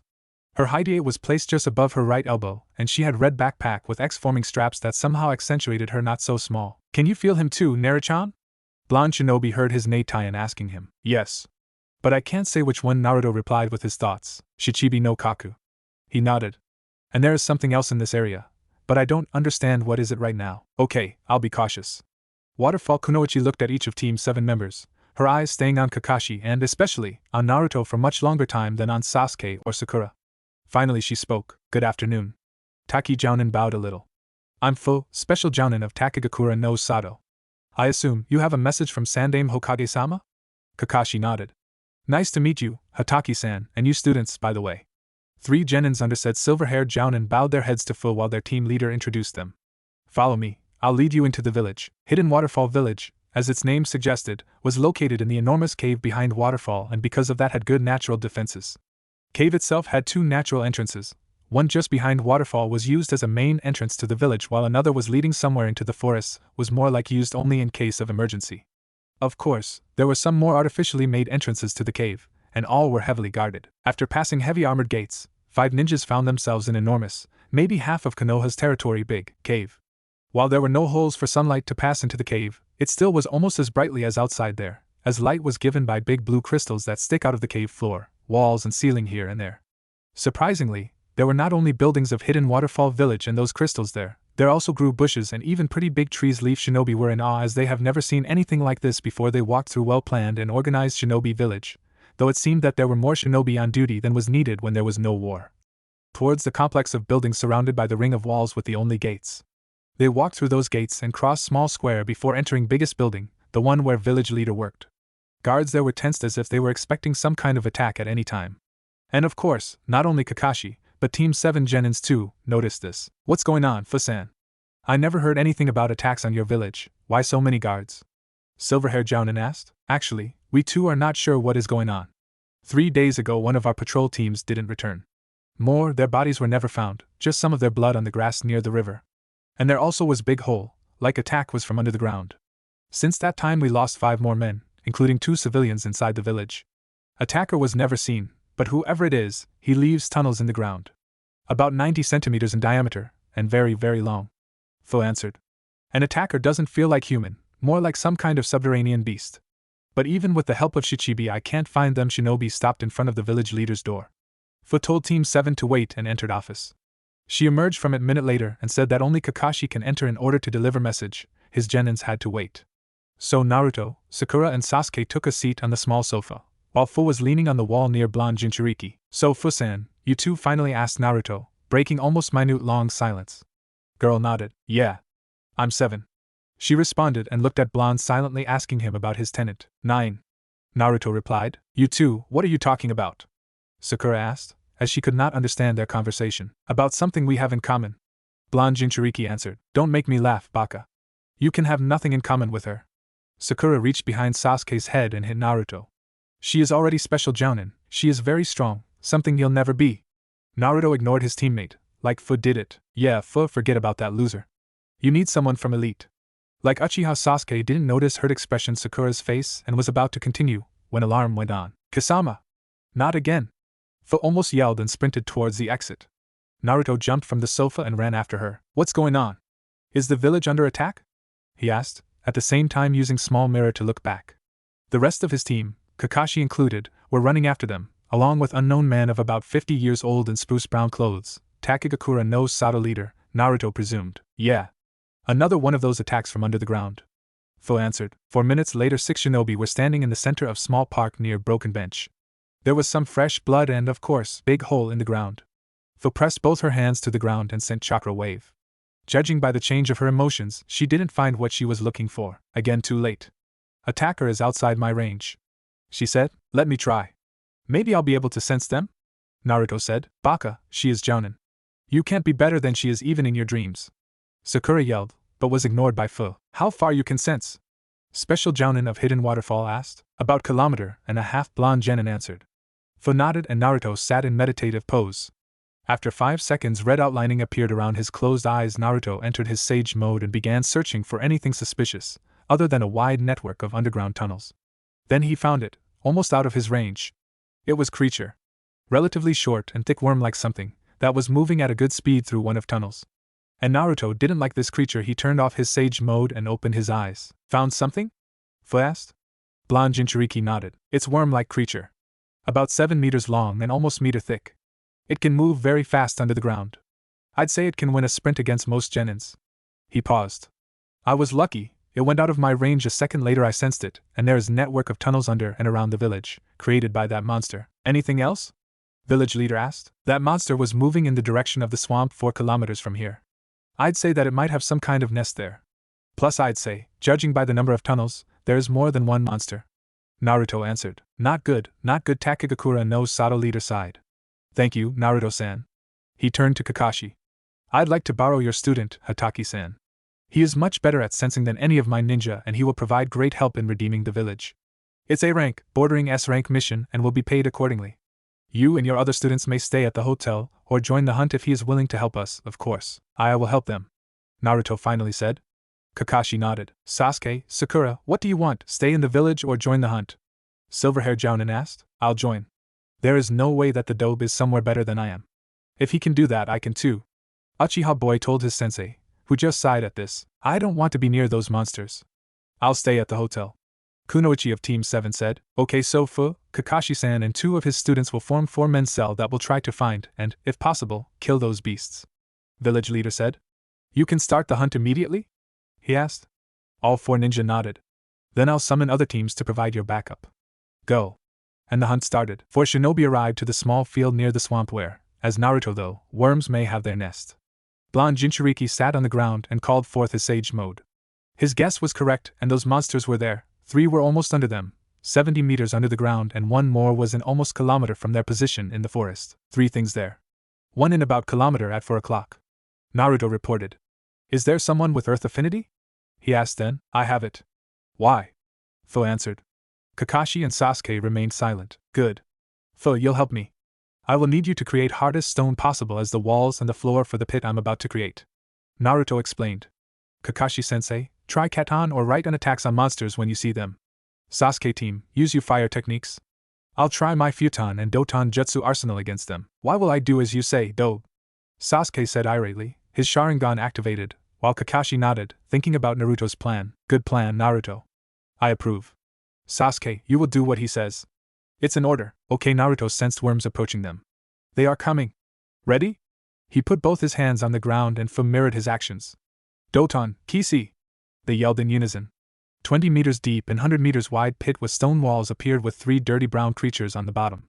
Worms which immediately tried to run from this pit but weren't very successful with penetrating its walls. Attack! Naruto yelled. Katan, Gakakyu! Both Kakashi and Sasuke sent fireballs at beast. Fireballs successfully hit their targets, but when fire died down, worms were almost unharmed and already broke through stone walls. Even enforced by Fu's chakra, ninjas saw only their tails. Shit! Taki's special Jounin hissed. These creatures have no eyes, means they use other senses to move around and attack. Hearing or smelling most probably, or they can sense heat. Silver-haired Jounin noted. Also, they have very hard beak and their muscles are very strong. If that thing catches you, it won't be pretty. Jump! Naruto yelled. They are attacking! All 4 ninja jumped into the air. They saw worms appear where they stood second ago. One of the beasts opened its mouth, which apparently had 3 jaws with teeth like spikes, and sent 3 thick snake-like tongues after Kakashi. Naruto used this to send 2 kunai into its mouth, one with explosive tag, other with unfamiliar seal creatures' tongues surprisingly had their own mouths and tried to bite Kakashi's leg, but Jounin cut them with Chidori, spraying yellowish-orange stinky liquid, before they could harm him. No one saw a smile on Sasuke's face as he copied the jutsu. Worm howled from pain, but before it could hide under the ground, Naruto activated seals. Monster trashed in agony as his internals were ripped by vacuum seal. And then was torn into pieces by explosive tag, covering the ground with its blood and flesh. Naruto felt his sage powers leave him. But even his normal sense range, 300 meters, would be enough for now. 1 down, 3 to go. Good work, Naruto. Fu congratulated, landing on the ground. But next moment her face changed into the one of pure fear. She flashed through hand seals. Doton Tetsukawa. Her skin turned rusty gray and became very hard. Luckily, she finished her jutsu just in time as next moment Worm tried to swallow her, but she managed to keep its mouth from closing. Help me, Raikiri. Lightning started in Kakashi's hand. Silver-haired Jounin used his jutsu to cut one jaw and free Fu. Doton, Kisi. Naruto created several sharp spikes that pierced surprisingly thick skin of monster, but it managed to run under the ground, even if wounded. Shit, those things run underground. And fourth is coming there. Looks like Kakashi-sensei was right, they rely on hearing very much. 4 more waterfall shinobi, Jounin and 3 Chunin, jumped into the battlefield. Fu report. Jounin commanded. 1 monster killed, 1 wounded, 2 remain unharmed. 4 in total in this area. Girl answered. They are coming back. Jump! Naruto yelled. But new arrivals couldn't react in time and one of them, Chunin, was swallowed. Jounin wasn't lucky too. Worm bit off his lower body and man would die from blood loss in less than 1 minute. Blonde Jinchuriki sent wind chakra sickle-shaped blade at beasts, but it left only inch-deep wounds on them. Creatures again hid under the ground.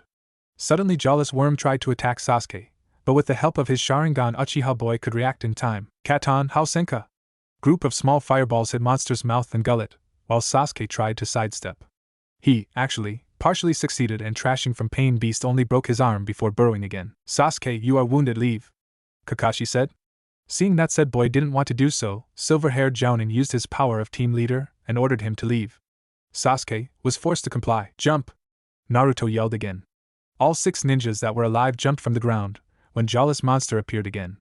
Taki Chunin weren't ready to defend themselves from beasts' tongues and were caught. Suddenly 2 other worms jumped from under the ground and swallowed poor Chunins. None of the attacks that other 4 shinobi used didn't help freeing caught ninjas. The best that they could do now send as much explosive tags as possible into the mouth of Jawless Worm. Beast burrowed under the ground and then there was an explosion. 2 down, 2 to go and we already lost 4 men in this battle, Fu said sadly. Looks like these monsters can attack in groups, we must be twice as cautious then. Kakashi noted. Where are they? He asked then. 2 that are alive are regrouping and will attack soon. Blonde Jinchuriki answered. 3 shinobi left used this small pause to find any ideas how to deal with these monsters. So far none of the attacks that hit them from outside wasn't effective. These worms were real monsters, they are coming. Naruto warned. They jumped away from their position, as 2 beasts attacked. Doton, Kisi! Both Naruto and Fu yelled, catching one of worms in the stone prison. Raikiri. Kakashi plunged lightning blade through creature's skin. Then he took off his hand and pushed ball of explosive tags into the wound. After jumping back, silver-haired Jounin activated tags, and beast exploded, covering everything around with its disgusting blood and flesh. Shit! Fu yelled as she sensed attack that Naruto couldn't dodge. Last worm jumped from under the ground and swallowed blonde Jinchuriki. But before it could burrow completely, its body spasmed and then was cut into 2. But no one saw what cut it, only Naruto sealing something on his left wrist. Futon, Repusha! Blonde yelled, sending attack into beast's belly and killing it. He looked awful. His clothes were torn into shreds, there were many bite marks on his body and he was covered in thick stinky yellowish blown blood of the monster. I'd give anything for a long hot shower right now, he sighed. 3 kilometers from the battlefield, man in dark blue cloak with hood was sitting on the tree, watching battle through his binoculars. When the battle ended, he sighed and adjusted his round glasses. Our little friends were killed. What a pity, my lord won't be happy with this after all. They were his favorite experiment in biology. He jumped on the ground. Well, anyway, I have to report him the results. 3 days later, Team 7 was leaving once again peaceful hidden waterfall. Those 4 beasts were the only ones. Sasuke's arm was healed, but Sakura still acted like he was disabled, which irritated Uchiha boy greatly. Village leader and several Taki shinobi, including Fu, were seeing Team 7 home. Kakashi received S-rank mission payment for his and his team's help in saving the village. Leaf ninjas bid farewell and headed home. Suddenly Fu ran after them and hugged Naruto from behind and whispered in his ear, "Be safe, Blondie, I'd like to work with you again." And she kissed him on the cheek, which made Kakashi giggle perversely and Sakura irately groaned. Sasuke showed no reaction. So, Naruto-kun, how is Sasuke doing so far? Asked Sandaime Hokage. He finally managed to find some time to ask Naruto about how his long-term mission was going on. Blonde Jinchuriki thought for several seconds before answering. He seems to be too obsessed with fighting strong opponents, humans or not, till they are either dead or admit his superiority. During mission to the Wave Country, he killed Haku, though the boy was no danger to him or anybody else anymore. Naruto paused for a second. During our fight with those monsters that attacked Takagakura, he almost went against Kakashi's order and continued fighting, despite being wounded. It's not very good, Sarutobi said. How about his teamwork? I know that Kakashi-san stresses on it greatly. From what I observed, Sasuke will help his teammates only if it is somehow beneficial for him. Otherwise, his teamwork is equal to zero. I see, Hokage sighed. I hope that placing him on a team will help him to grow into what true shinobi must be, but looks like we may have second Orochimaru coming. I don't think that we should act now. Maybe there is still a chance that he will turn out to be good boy, but we'll need to observe him closer from now on. You will continue your mission without any changes for now, Naruto-kun. And thank you for your work. Hi, Hokage Gigi. I shall do what is in my powers to protect what my father gave his life for. Naruto replied. It's nice to hear that, Hiruzen said. By the way, I was given some information about who blew your cover and made your connection with QBY known. Looks like old Warhawk Danzo have a hand in this. He, I think, wants to turn you into his personal weapon. Don't worry though, I will do whatever is in my power to protect you from this fate. Right now I don't have enough information to have a solid proof that Danzo exposed you, but my A and B are looking for more right now. Thank you, Hokage Gigi. Blonde Jinchuriki said. I assume that this will be all? Hokage nodded. Yes, you can go now. Dismissed. Naruto nodded and left Old Man's office. Sarutobi looked at Twilight Konoha through the window and sighed, lighting his pipe. I'm too old for all this. Next morning 3 genins of Team 7 were waiting for their sensei to appear. Sasuke was brooding under a tree about how he will kill Itachi. Sakura was thinking about some new ways to make last Uchiha go on a date with her. And Naruto was sitting, using Bridge's handrail as a backrest, and he was writing something on a rectangular pieces of paper. Sasuke lifted his gaze and hoped that Kakashi will appear. No such luck. But instead he saw what his blonde teammate was doing and it interested him. When he saw what exactly Naruto was drawing, Uchiha boy was a bit shocked. You know how to do explosive tags, Dobe? Who taught you this? Answer me. Naruto looked up at Sasuke. Why should I? He immediately regretted saying this. How dare you?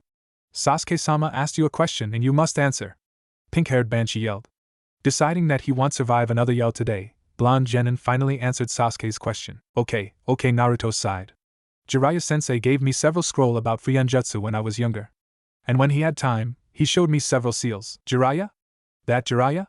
Jiraiya of the Sannin? Asked Sasuke, a bit surprised. Naruto only nodded. This made brooding Uchiha explode. Why would one of the Sannin spend his time with the dope like you? He must have been training someone for elite. Me. Naruto saw Sannin in question approach the bridge where Team 7 was and decided to play a prank on Sasuke. He inserted his index finger in his ear like he had something in it that was hampering his hearing. Sorry, I couldn't hear you. Can you repeat? I said why would Jiraiya teach such a lowly excuse of Sasuke felt a heavy hand being placed on his shoulder. Ninja when there is someone from elite like me. So you think that my godson is a lowly excuse of ninja? Said a deep voice. Looking up, Sasuke saw Toad Sage Jiraiya. And Sannin didn't look pleased. Hermit picked explosive tag that Naruto just drew and examined it. Looks like you are already mastered intensified explosive seal. You are truly going to be master of seals. Teach me. Sasuke shouted. Jiraiya took thinking pose. You have a drive to learn.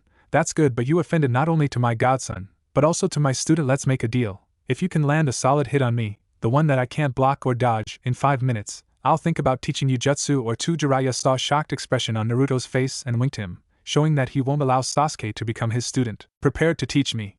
Uchiha boy tried to hit Jiraiya, but older shinobi easily avoided being hit and jumped back, putting some distance between them.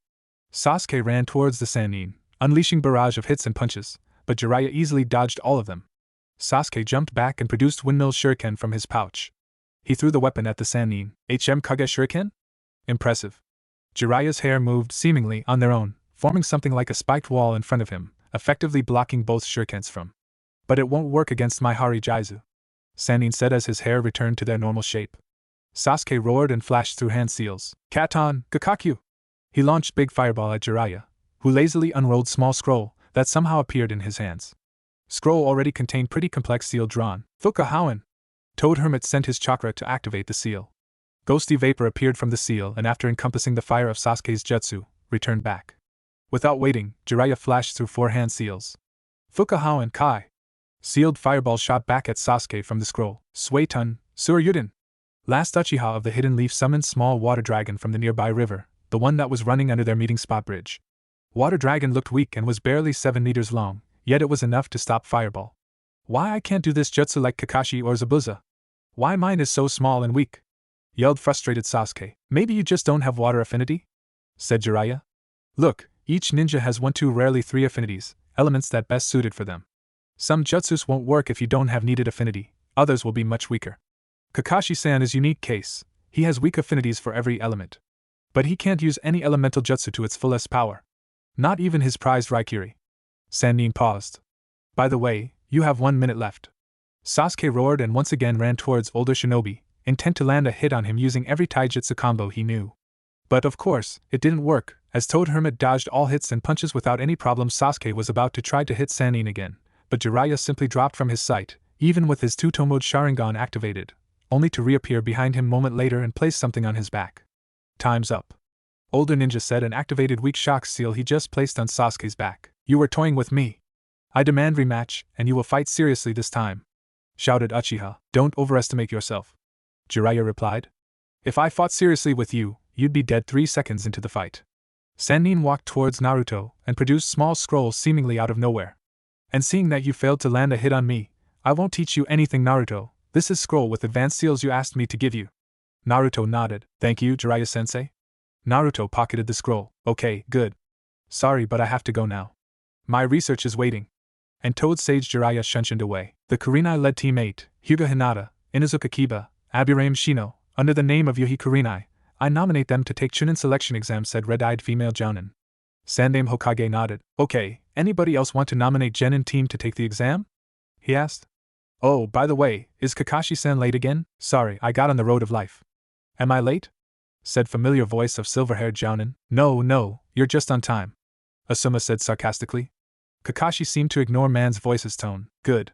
The Kakashi-led Team 7, Uchiha Sasuke, Uzumaki Naruto, Haruno Sakura, under the name of Hatake Kakashi, I nominate them to take Chunin selection exam. Sarutobi nodded. I take that this is all? Everybody nodded and Hokage proceeded to fill the Chunin exam application forms for Team 7 with Genin's names. When this was finished, his assistants gave filled application forms to Genin's Jounin senseis. Good.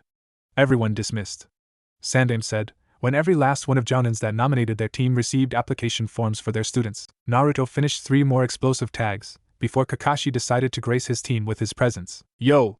Said Masked Jounin, appearing in a swirl of wind and leaves. You are late, Kakashi-sensei, Sakura yelled. Lost on the road of life? Asked Naruto, eyeing his sensei. Actually, silver-haired Jounin produced 3 papers from his pouch. I nominated you 3 to take Chunin selection exam. These are application forms. How you want to take part in the exam? Fill the form and bring it to the academy, room 301 on next Monday before 9 in the morning. Kakashi gave application forms to his students. Okay, this is all for today. Bye. And he disappeared via Shunshin. Naruto looked at his application form. What do you think, Natayan? Should I take this exam? I know that I'm fairly strong, but who knows what can happen during the exam, but still, I want to be promoted. I don't want to do this stupid D-rank chores. He thought. I think that you should try. Kyubi responded from her part of boy's subconscious. Her Jinchuriki nodded. Naruto was aimlessly walking through the street of Konoha. He already filled his Chunin exam application in, and with no mission or team training he hadn't many things to do. Of course, he always could go train on his own, but right now blonde Jinchuriki didn't feel like doing so. Suddenly, an idea struck him. He walked towards the nearest park and found secluded area. He fished out an empty message scroll for his pouch and quickly wrote a message to Yujito, saying that he will take Chunin exams. When Naruto finished writing, he bit his thumb and flashed through hand seals. Kuchios. In a cloud of white smoke, small orange Toad appeared. Hi, Kichi. Toad nodded. Hello, Naruto-kun. What do you want? Gamakichi asked. Well, I have a work for you. Toad jumped on Naruto's head. Do you have something for me? Blonde Jinchuriki searched his pockets for something. When his hand returned from its trip through Blonde's pockets, it had plenty of toffees in it. Moment later, every last candy was in Gamakichi's mouth. Okay, who must I do? Naruto gave message scroll to the Toad. I want you to deliver this message to Kumo Jounin ni Yujito. She is my friend. Blonde boy quickly described the Toad what Nibi Jinchuriki looked like. Will you do this? No problems. And Toad leaped away. Naruto shook his head and walked out of the park and ran straight into Konohamaru, and to his friend, Moegi and Udan. Oh, hi boss. Hokage's grandson shouted. Can you teach us some awesome jutsus? Please. Naruto sighed. Well, at least this will give him something to do for the next hour or 2. Finally 3 kids got tired and Naruto, who still had nothing to do, decided to walk them home. Naruto was walking slowly behind children and for a moment lost them from his sight, when self-proclaimed Konohamaru Core disappeared behind the corner of a building. Ah! Let me down! Konohamaru cried. Naruto quickly ran there and saw a boy of about 14-15 years old in a black clothes with something in bandages on his back and a makeup, war paint on his face, seizing Hokage's grandson by the scruff of the neck. Oh, and the black-clad boy had Suna Hideate. Listen here, brat. You bumped into me. I shall teach you a lesson, Suna Ninja said.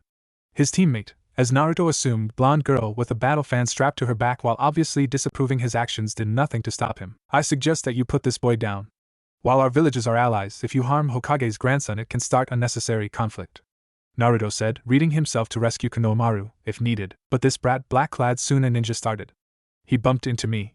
He needs a lesson. Even if it was like that, the problem could be solved with just word. Naruto replied. Someone of the 9 is near, Kyubi said to her container, though mental link Ichibi no Shikaku. That crazy Tanuki moment later, red-haired boy with a kanji for love on his forehead and big gourd on his back appeared in swirl of the sand. Naruto looked at him. The boy had lifeless teal eyes with dark circles around them. Looks like his seal isn't working properly. This boy has chronic insomnia, this is the reason for those circles around his eyes. Most probably he can't sleep because if his conscience weakens, so does the seal, and Shikaku starts destroying his host's soul. This boy's seal was either done by someone with poor knowledge on the subject, or it was done this way on purpose. Why would someone do this on purpose? Naruto asked, shocked by what his Neitaian said. This boy doesn't sleep. This makes his psyche very unstable, turning him into a war machine that knows no mercy. Kyubi replied. Kankuro, you are disgraced to Suna Shinobi. Shikaku host said. Kankuro immediately let Konohamaru go, and Hokage's grandson immediately ran and hid behind Naruto. I left you for only 5 minutes and you already picked a fight. You already forgot why we came here? Jiraiya, they started it, boy, now known as Kankuro, said in a shaky voice. I don't care. Next time I'll kill you. Gaara said in a tone like he was talking about the weather.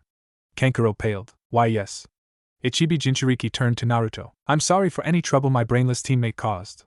Blonde Konoha Genin nodded. I assume that you are here to take a part in Chunin exams. Gaara nodded. Mother tells me that you are pretty strong. What is your name? I wish to fight you. Naruto heard Kankuro whispering to his fan-armed teammates something like this boy is dead, but ignored it. I'm Uzumaki Naruto, Sabaka no Gaara. Gaara turned around and began walking away. Temari, Kankuro, let's go, and Naruto, I will crush you in this exam. And then all 3 Suna Genins disappeared. Naruto sighed. This Gaara was really dangerous. Boss, you are the best. Oh yes, these 3 little brats were still there. Naruto was walking towards Academy, for the 100th time rereading the message he got yesterday from Yujito. 2 simple words. Good luck. Finally he saw the building where Academy resided. It was only 5 minutes past 8, yet both Sasuke and Sakura were there, along with many other genins from various hidden villages. Let's go, Naruto said to his teammates. Replacing Yujito's message in his hands with Chunin exam application, they entered the building and went upstairs. On the 2nd floor there were a lot of people, trying to enter room 301, which was guarded by 2 leaf ninja. Naruto shrugged and went up the stairs. Naruto Baka, where are you going? Sakura asked. Isn't room 301 there? Blonde Jinchuriki leaned forward and whispered so that only Sakura could hear him. This is the 2nd floor. How in the hell room 301 can be there? It always was on the 3rd floor. Pink-haired Kunoichi looked at the sign and saw small ripples on it, indicating that Genjutsu was placed there. On the second thought, you are right. But Sasuke-sama is still the best. You should remove this illusion. I'm going to the 3rd floor. Sasuke shouted. Naruto slapped his forehead. Idiot. So you noticed it? One of Guardians asked. Sasuke only smirked in response. Immediately, another team from the Hidden Leaf male Hyuga, girl with 2 buns, and Green Clan boy with bushy brows surrounded Sasuke. What's your name? Hyuga boy asked. When you want to learn someone's name, shouldn't you give yours first? Last Uchiha of Konoha replied while those 2 argued. Hyuga's green-clad teammate appeared in front of Sakura in the good guy pose. Let's go out together. I'll protect you, youthful beauty, till I die, YOSH. Boy shouted. Sakura sweat dropped. No way, you are lame. Green-clad Genin run away in tears. Naruto coughed. Sakura, Sasuke, let's go. We don't have all day, you know.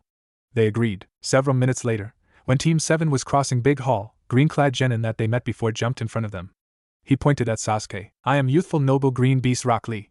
And I want to fight you, Uchiha Sasuke. I want to fight someone from Genius Clan and test my youthful abilities, YOSH. Rock Lee shouted. If you are not interested in me, let me pass then, Naruto said, walking towards the door on the other side of the hall. Rock Lee nodded, showing that he won't stop him. Sakura wanted to follow Naruto, just to as far from this strange boy as she could, but decided to stay and see what her Sasuke-sama can do against him. It's about the time for you 2 to show up, Kakashi said while, of course, reading his precious Ika Ika book. Naruto, quiet bored, stood by his side. Silver-haired Jounin at his students. Sakura had a big bump on her head. Sasuke had both his chin and his ego bruised. Now you three can properly take the exam. Before Sakura could interrupt him, Jounin continued. This exam can only be taken by teams of 3. I made it look like you can choose whether you want to take it or not so that you will pressurize each other into taking the exam. You must have came here by your own free will. And seeing that you 3 are here, I can only do think. Kakashi paused for a second. Wish you a good luck. Thank you, sensei. Naruto said. Let's go. And they opened the door into room 301. They were greeted by many shinobi from almost every known shinobi village. Naruto stood leaning on the wall while the rest of Rookie 9 were talking to each other. No, of course, Naruto had several friends among them, but he just didn't feel like talking right now. It continued until one of older generation genins, Kabuto Yakushi, said that they need to be quiet. He, by unknown reason, decided to help and gave some information about exam participants. Naruto listened carefully about Gaara of the desert. Even if he didn't seem to be that tough from the profile, you can never be too cautious around Jinchuriki, unstable one especially. Then, because Kabuto called Hidden Sound Minor Village, genins from said village attacked him. And while Kabuto dodged the attack, he somehow still got hurt. Not a moment later than this happened. Quiet down, you worthless bastards. Someone roared from the big cloud of smoke that appeared in front of the blackboard. When the smoke cleared, there stood big man in a black cloak and black bandana. He had terrible scars on his face. Around him stood 2 dozens of Chunins in gray outfits. Thanks for waiting. I'm Marino Ibiki, the examiner for the Chunin selection exam's first test.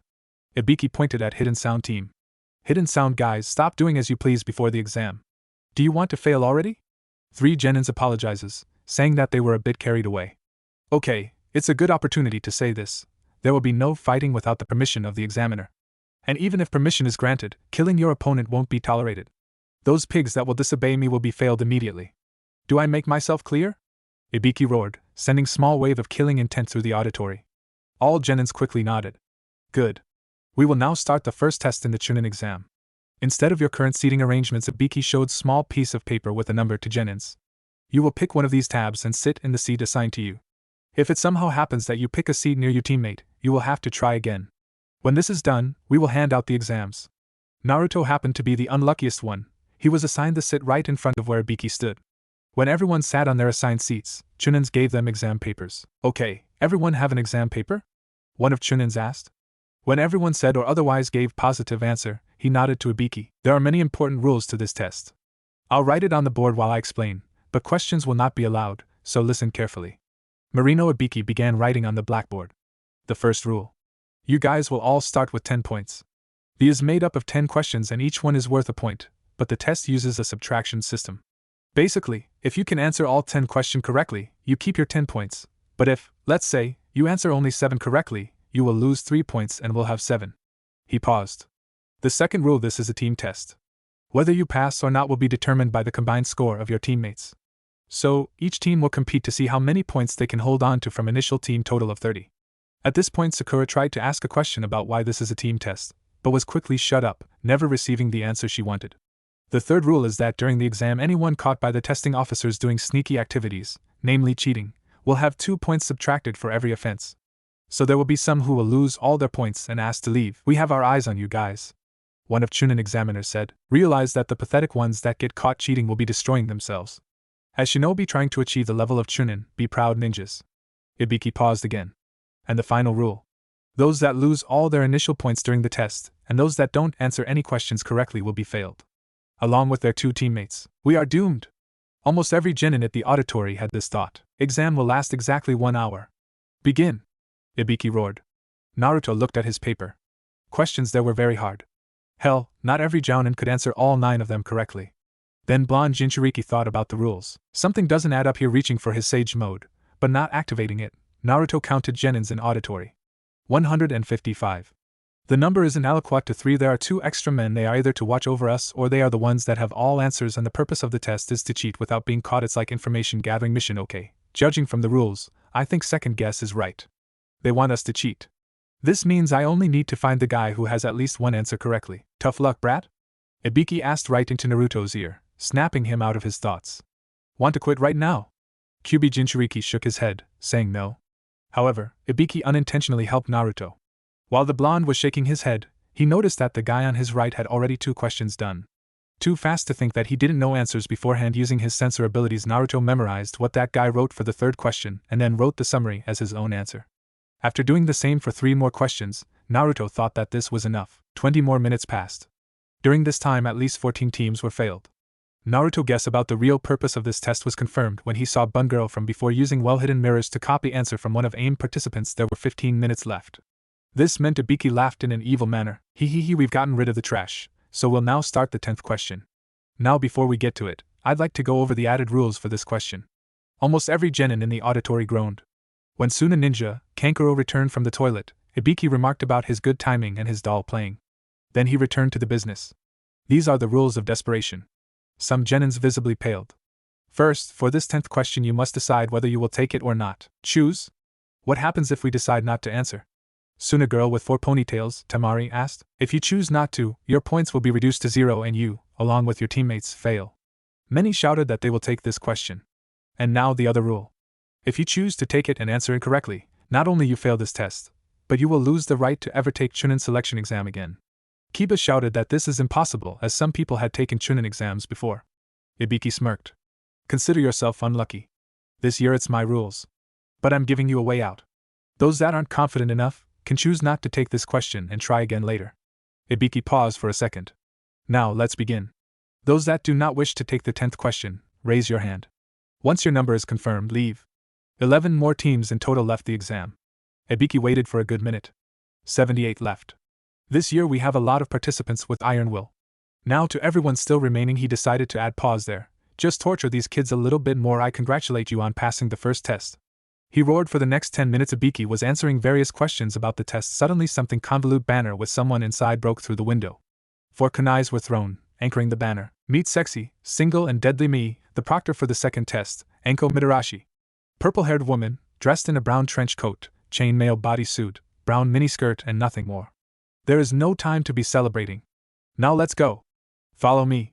Every genin in auditory groaned but complied. 79 shinobi, 26 genin teams and 1 Anko Midarashi, stopped in front of rather big gates with all imaginable signs saying that area behind those gates was dangerous.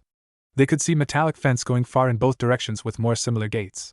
Behind that fence one could see young, but still intimidatingly big, forest and old ramshackle buildings or their ruins. About 3 dozens of Chunin proctors, part of them from the first test, appeared by Anko's side. Well, kiddies, welcome to the ANBU training ground number 47, also known as Ruins. Though it's not my lovely forest of death, this place is very dangerous, containing both human-made traps and many dangerous animals and plant. Anko said. Before we start, let me tell you some history.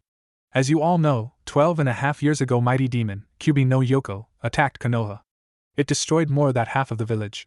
After the demon is killed by Yandame Hokage-sama, Sandame Hokage-sama, who retook the seat, and council decided to turn some of devastated regions of the Konoha into the training ground. This training ground is special, though no one knows why, but plants grow there much faster and predators in the area are much stronger than anywhere. One of the Chunins coughed. Anko-san, I think that we should begin the test soon. Okay, enough history. Your second test task is this. Anko produced metallic container, cylinder of about 30 centimeters long and 10 in diameter and 2 scrolls that could fit into the container. There are 52 containers hidden in this area. Not bad enough to provide challenge, but also not good enough to make you destroy entire area to find them. Each container will be guarded by D to C rank traps. Nothing, impossible to deal with. There are 26 empty containers. 13 will contain Heaven Scroll. Anko showed blue scroll to everyone. And 13 will contain Earth Scroll. This time she showed brown scroll. To pass this part of the exam you will need to find both Heaven and Earth Scrolls and bring them to the old hospital building in the center of this area. All your teammates must be alive and able to fight. You must not open the scrolls and you have time limit of 120 hours to complete this test. 5 days. What will we eat? Choji cried. There is plenty of food there. You just need skills to take it. Anko paused. And not become food in process. The proctor of the second test then took a pack of papers from one of the many Chunin and beacon Choji to take them. Pass these out. She told to the Akimichi boy. Everyone. Anko called. You must sign these agreement forms. There will be deaths in this test, and if I don't have you sign these, it will all be my responsibility. She smiled a creepy smile. So, I take it that killing is allowed?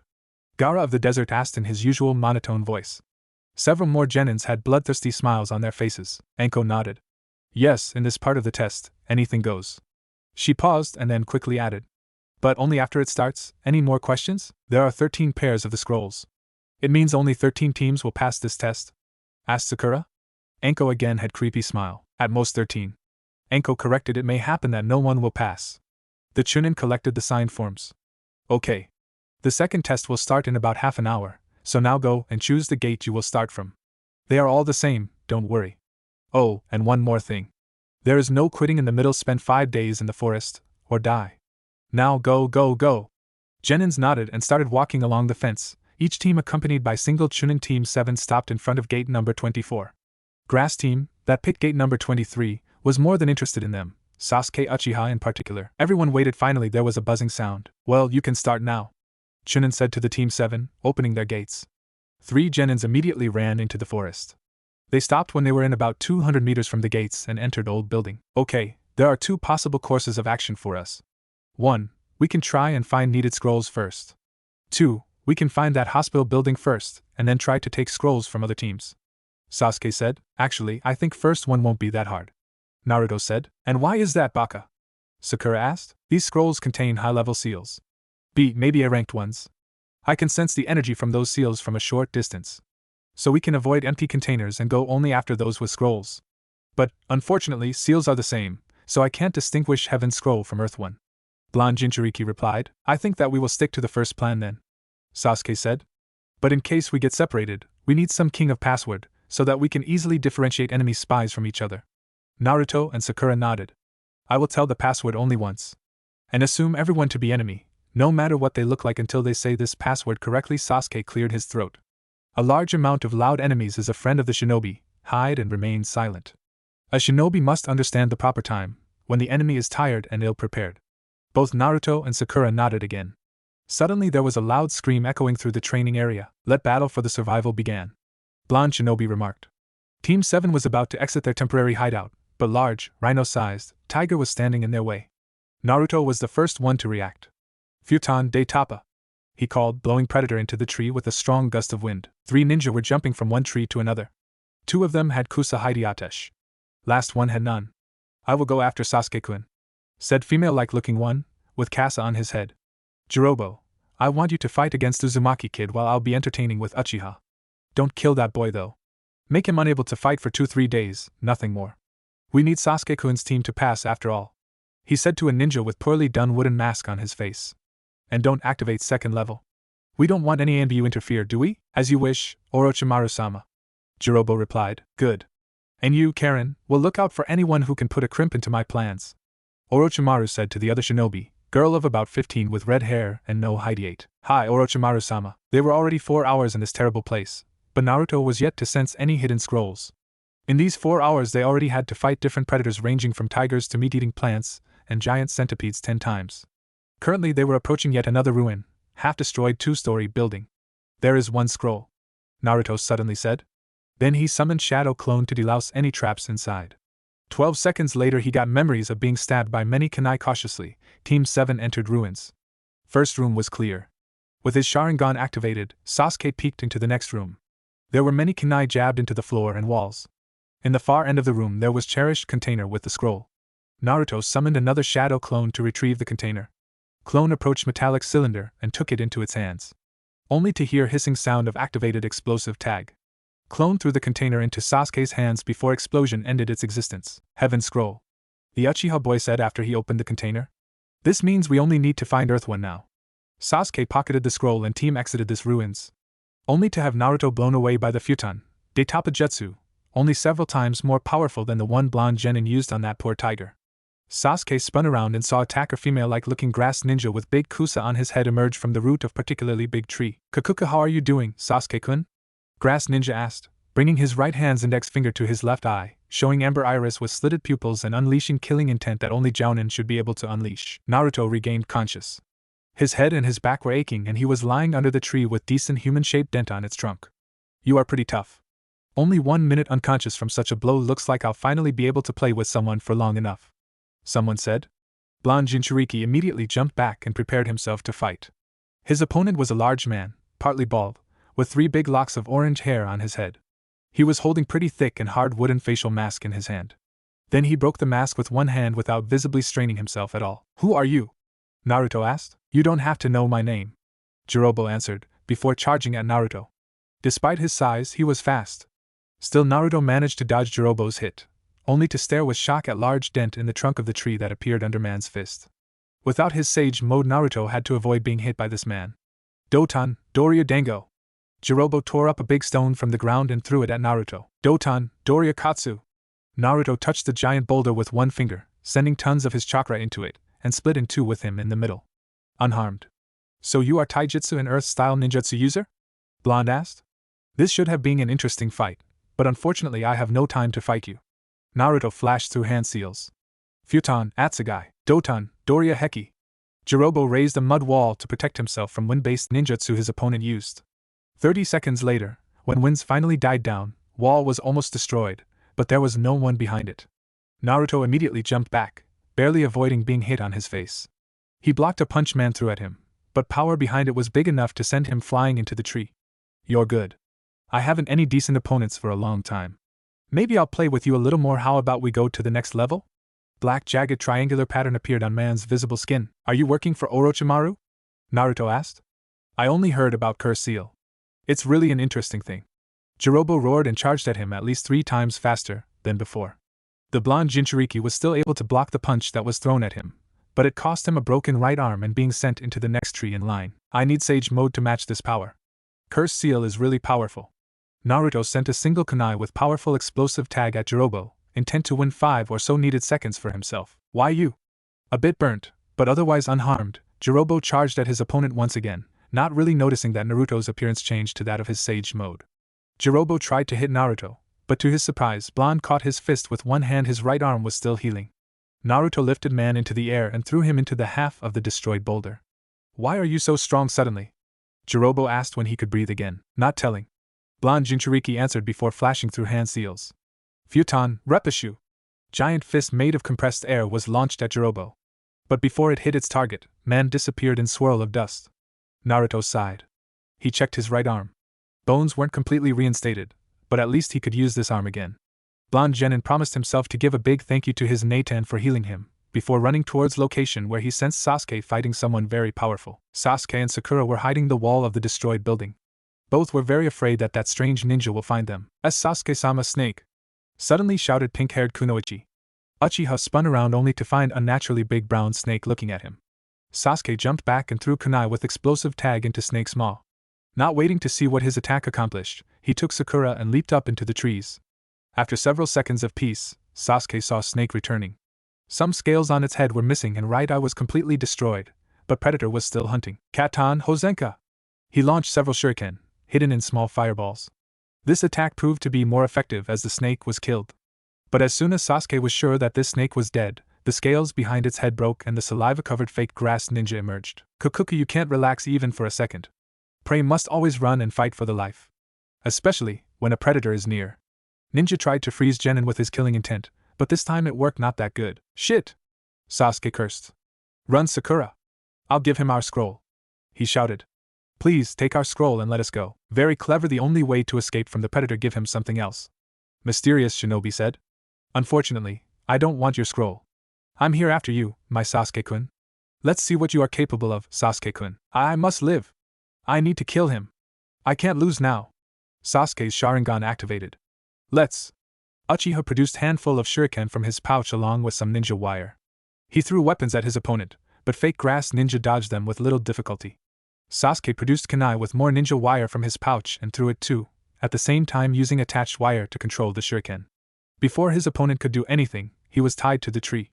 Katan Ryuka! Sasuke roared, sending fire along his ninja wire, trying to burn that strange shinobi to death. Unfortunately, that ninja appeared to be fireproof. Only his skin or mask was destroyed. He used his eyes to predict every possible way to dodge weapons and attack from blind spot, tying me to that tree and that wonderful fire jutsu. You must be mine, Sasuke-kun. Kukuku's so young and already so good with his Sharingan. Yes, this is definitely Uchiha blood.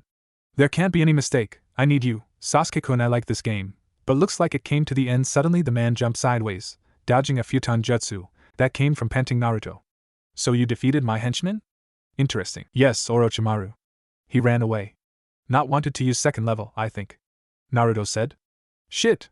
Even with Sage Mode, I used more than 40% of chakra to fight that guy.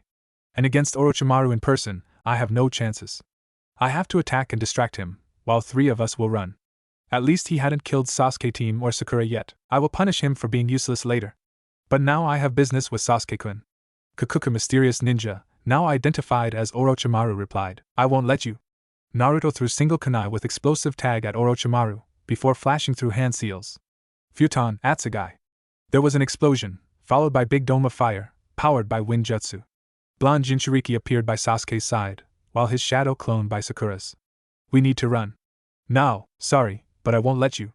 Orochimaru, a bit burnt, but still in good condition, appeared in front of real Naruto. You are strong too, but unfortunately I'm not sure how you'll react to my gift, should I give it to you. So I'll do this Gogyafuen. Orochimaru's right hand with purple flames around each finger connected with Naruto's stomach. Blonde Jinchuriki screamed in pain before his world went black. Naruto's shadow clone disappeared. Kakuka, back to our business. Sasuke-kun, where was I? Oh yes, I loved our little game. You are really his brother. I can see power to crush Itachi in your eyes. Who are you?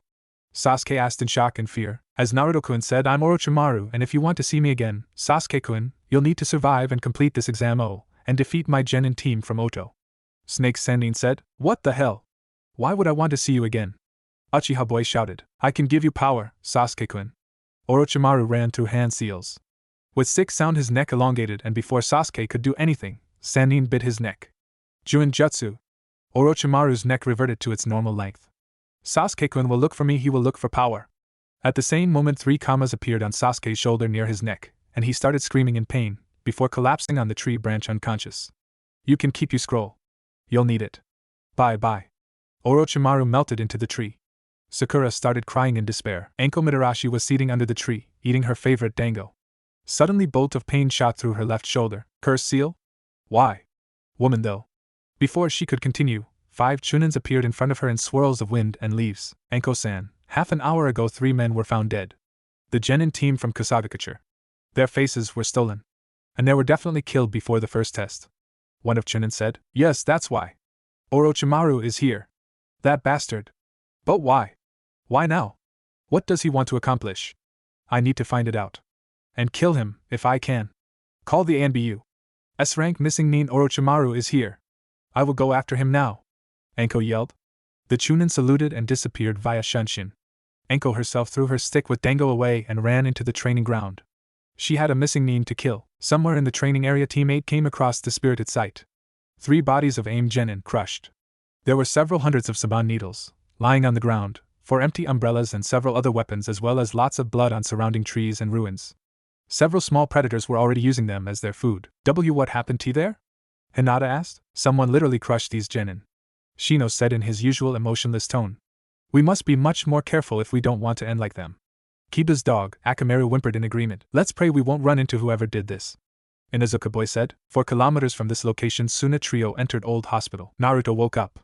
He was lying on the pile of old leaves in dark room in one of old buildings scattered through the training area. His head was aching terribly, as was his stomach. And his Kyubi-Natan was suspiciously quiet. Blonde tried to ask her something, but failed. Then somebody moaned in pain on his left. Looking there he saw Sasuke. Uchiha's body was shivering as if he had high temperature.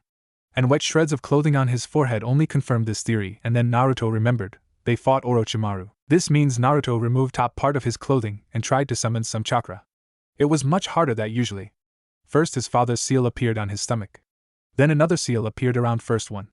As I thought. Gogyafuen. Naruto stopped summoning his chakra and both seals faded. Just in time so that Sakura, who brought some food, didn't see anything. You woke up, Baka? She asked. For how long was I unconscious? Blonde Jinchuriki asked. 16 hours, you Baka. This means it's about noon of the second day. Good. We still have some time. Naruto paused for a second. I need you help, he stated. And why is that? Was pink-haired Kunoichi's reply. We are team first. But you see, that freak we fought, Orochimaru, used Gogyafuen on me, and right now I'm weaker than academy student. You won't be able to protect us both. We don't know when Sasuke will wake up, find scrolls and bring us to that hospital building to finish this test. Sakura sighed. And how can I help you? As an answer, Blonde Jinchuriki produced the scroll Jiraiya gave him week ago from his pouch and opened it on the big and pretty complex seal. This is Gogyakayan. Naruto then fished inkwell and brush out of his pouch. You will draw the seal on my stomach and activate it. This will remove Orochimaru's seal and I'll be able to protect us until Sasuke wakes up. Sakura nodded. Just don't do any mistakes, or results can be unpredictable, and by the way, if you memorize the seal, one day you may impress Sasuke and he will go on a date with you. This was stimulus good enough for pink-haired Kunoichi to work very hard on drawing the seal. Half an hour later she finished. How do I activate this thing? She asked. You must send your chakra into it. About quarter of your usual amount, if I'm not mistaken. But don't worry, as soon as Orochimaru's seal is gone, I'll refill your chakra reserves. I have more than enough chakra on my own, Naruto replied. Well, at least while I slept, my reserves were refilled almost completely. His teammate nodded and concentrated, building enough chakra to activate the seal. As soon as Sakura activated the seal, Naruto screamed in pain, but tried not to trash around. Minute later he was back to normal, only covered in sweat and breathing heavily. Finally. By the way, you owe me a lot for healing your arm, Naruto-chan. Kyuubi said. Yeah, I remember. But maybe later? I'm still in the middle of the exam. Naruto replied to his Nei-Tien. She pouted but agreed. Thank you. He collected his scroll, brush, and inkwell and put them back into his pouch. Now let's see what Oro-team did to our Sasuke. Naruto put his clothes back on. That ninja Orochimaru bit Sasuke-sama's neck before he disappeared, Sakura said. Naruto mumbled, looking at pulsing mark on Uchiha's shoulder. This is definitely Junjutsu, also known as Curse Seal. But this modification is unknown to me. Plus I don't know how it will react if I try to suppress it right now, so we have to wait. Luckily for us, Sasuke will survive. His body at least. His mind, I'm not sure whether he will be the same Sasuke we knew or not. Sakura sighed. Now sit down, I'll refill your chakra reserves. Okay. Pink-haired Kunoichi sat on the ground. Naruto sat behind her and put his hands on her temples. Say, when you will have your chakra at your normal maximum. Sakura nodded. Then she felt something cool, like breeze, enter her body where Naruto's hands were. Jirobo. Why you fled? Orochimaru was angry. Very angry. I had to deal with Uzumaki brat myself. Orochimaru-sama, he was too strong. Without going to second level I couldn't match his power. Man replied, nursing his hurt elbow. And Konoha ninja could sense it if I activated second level. Please, Orochimaru-sama, don't punish me. Jirobo begged. Snake Sennin sighed. Okay, I agree, activating your curse seal's second level could call unneeded attention to you. But tell me, what he is capable of, that Naruto-kun. Orochimaru said. He can do high-level Doton and Futon ninjutsu. He heals very fast. And he has raw strength to stop my punches with one hand or to throw me into the air. I'd say that he is at least on low Jounin level. Orochimaru sighed again. Well, looks like Kabuto needs to spy better. I was said that Naruto is barely Chunin level in strength. Now I'll have to readjust my plans. Sun was setting down. And it's surprisingly peaceful in the area. Or it seemed that it was. We have guests. Naruto, who was meditating on the border of entering sage mode, said. 3 human. Genin team, I suppose? Activating his sage mode, blonde Jinchuriki went out of his team's hideout. Sakura still tried her best to cure whatever Curse Seal was doing with Sasuke. And it took only 30 seconds for guests to appear. And they were the team from the Hidden Sound, so here you are. Go away and we will spare your life. We only need to kill Sasuke. Uchiha. Boy with spiky dark blue hair said. Zaku, Orochimaru said that we can kill the others, why spare? The only female, girl with extremely long black hair, replied to her teammate. Yeah, kin, you are right, why spare their lives? First boy Zaku stretched his hands out. Zankaha. There was a large gust of wind from vents on Zaku's palms. Naruto dodged it, but only barely. This attack was damn fast. Blonde summoned 4 Kaigabushins and sent them to attack 2 other Soundnins. Dosa, understood. Musical arm. Dosu, strange, always shriveled boy with no visible hair, activated device on his right hand, creating sound wave. All shadow clones immediately disappeared while real Naruto fell on the ground, holding his ears. Now, Zankyo Kukua! Zaku yelled, sending much more powerful and faster attack at blonde Jinchuriki. Futon de Tapa. 2 jutsus cancelled each other. Both Naruto and Sound Genin were thinking what to do next when there was an explosion of purple chakra where Sasuke should have been. He is awake. True to Blonde's words, Uchiha appeared in the battlefield. He was surrounded by purple evil aura. His eyes held bloodlust in them and his body was covered with flame-like black patterns. Sasuke Uchiha, I'll kill you for Orochimaru-sama! Zaku yelled. Zankyo Kukua! Naruto and Sasuke jumped out of the jutsu's way. Sasuke turned his gaze to his teammate. You wait. They will die first. And he disappeared, reappearing in front of Zaku. Sound Genin reacted immediately, firing Zankaha from point blank. Sasuke somehow dodged this attack, jumping back and right. Katon, Guryuka! Uchiha exhaled dragon-shaped fireball at Dosu. Zaku destroyed it using his Zankyo Kukua. Only to be attacked by Katon, Hozenka Jutsu. Zankaha! Zaku blew away fire, only to find that there were shurikens, hidden in small fireballs. Sound Genin dodged them all, but Sasuke again appeared in front of him with kunai in his hand. Sasuke inserted this kunai into Zaku's right shoulder's joint, making him scream in pain as he turned his kunai. "You are proud of your hands, aren't you?" Sasuke asked. He got no reply from sound genin other than screams of pain. "Say goodbye to them." Placing his right foot on Zaku's stomach, Sasuke ripped Boy's right arm, spraying blood on the ground.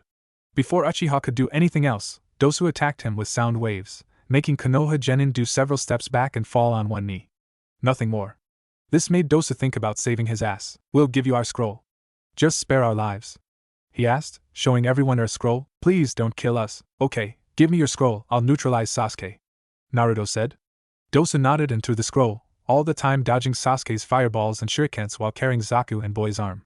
Blonde Jinchuriki summoned Shadow Clone, which caught the scroll, while real Naruto flashed through hand seals. Doton, Yomi Numa! Naruto created mud-filled swamp, making Sasuke unable to move. As soon as this happened, Dosu put his teammate down and tried to attack Real Blonde, but received Futon, Repushu from point blank. "Go away. You have no chances against us." "He is right. Against these two I'm almost useless. Zaku is unable to fight and you are wounded," Kin said. Dosu had to agree. 3 sound nines left the clearing. Naruto came up to Sasuke, who was struggling to free himself from the swamp. Seeing that Curse Seal was in complete control over Boy's mind, Naruto hit the base of his neck, rendering Sasuke unconscious. Black pattern, created by Cursed Seal, turned red and returned into the mark. Blonde Jinchuriki sighed. "Orochimaru, you are psycho." He dragged unconscious Sasuke onto the grass, before canceling the swamp. Then Naruto carried his teammate back to the hideout. Inside he found unconscious Sakura. He placed Sasuke on the pile of leaves and tried to wake pink-haired girl up. "Oh, what happened? What's with Sasuke-sama?" she asked weakly. "I remember evil aura and fear." Naruto placed hand on her shoulder. "That was Sasuke under the control of Curse Seal. I had to render him unconscious before he killed me." He sighed. "But on the good side, we got our scroll. Now I'll seal Sasuke's mark, and as soon as he wakes up normal, we will complete this test." Blonde Jinchuriki came up to Sasuke and removed his t-shirt. "Too bad, I don't know any strong seals to keep Juin Jutsu at bay. But at least I can protect his mind from Orochimaru's seals' effects." Naruto produced Jiraiya's scroll about seals, inkwell and brush from his pouch.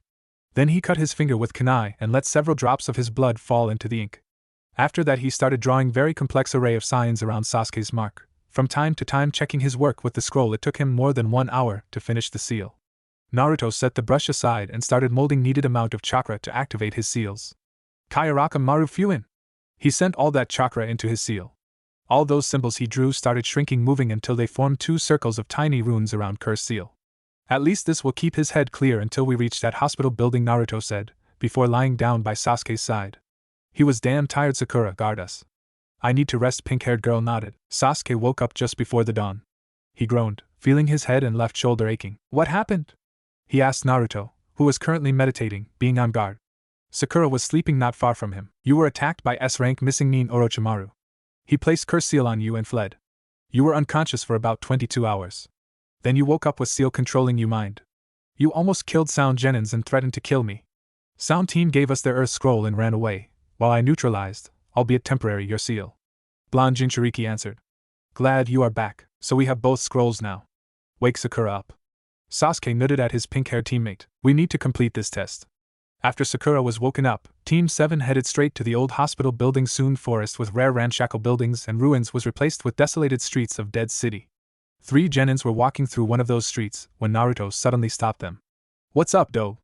Sasuke asked. "Ambush," Naruto replied, fishing tag with strange seal out of his pouch.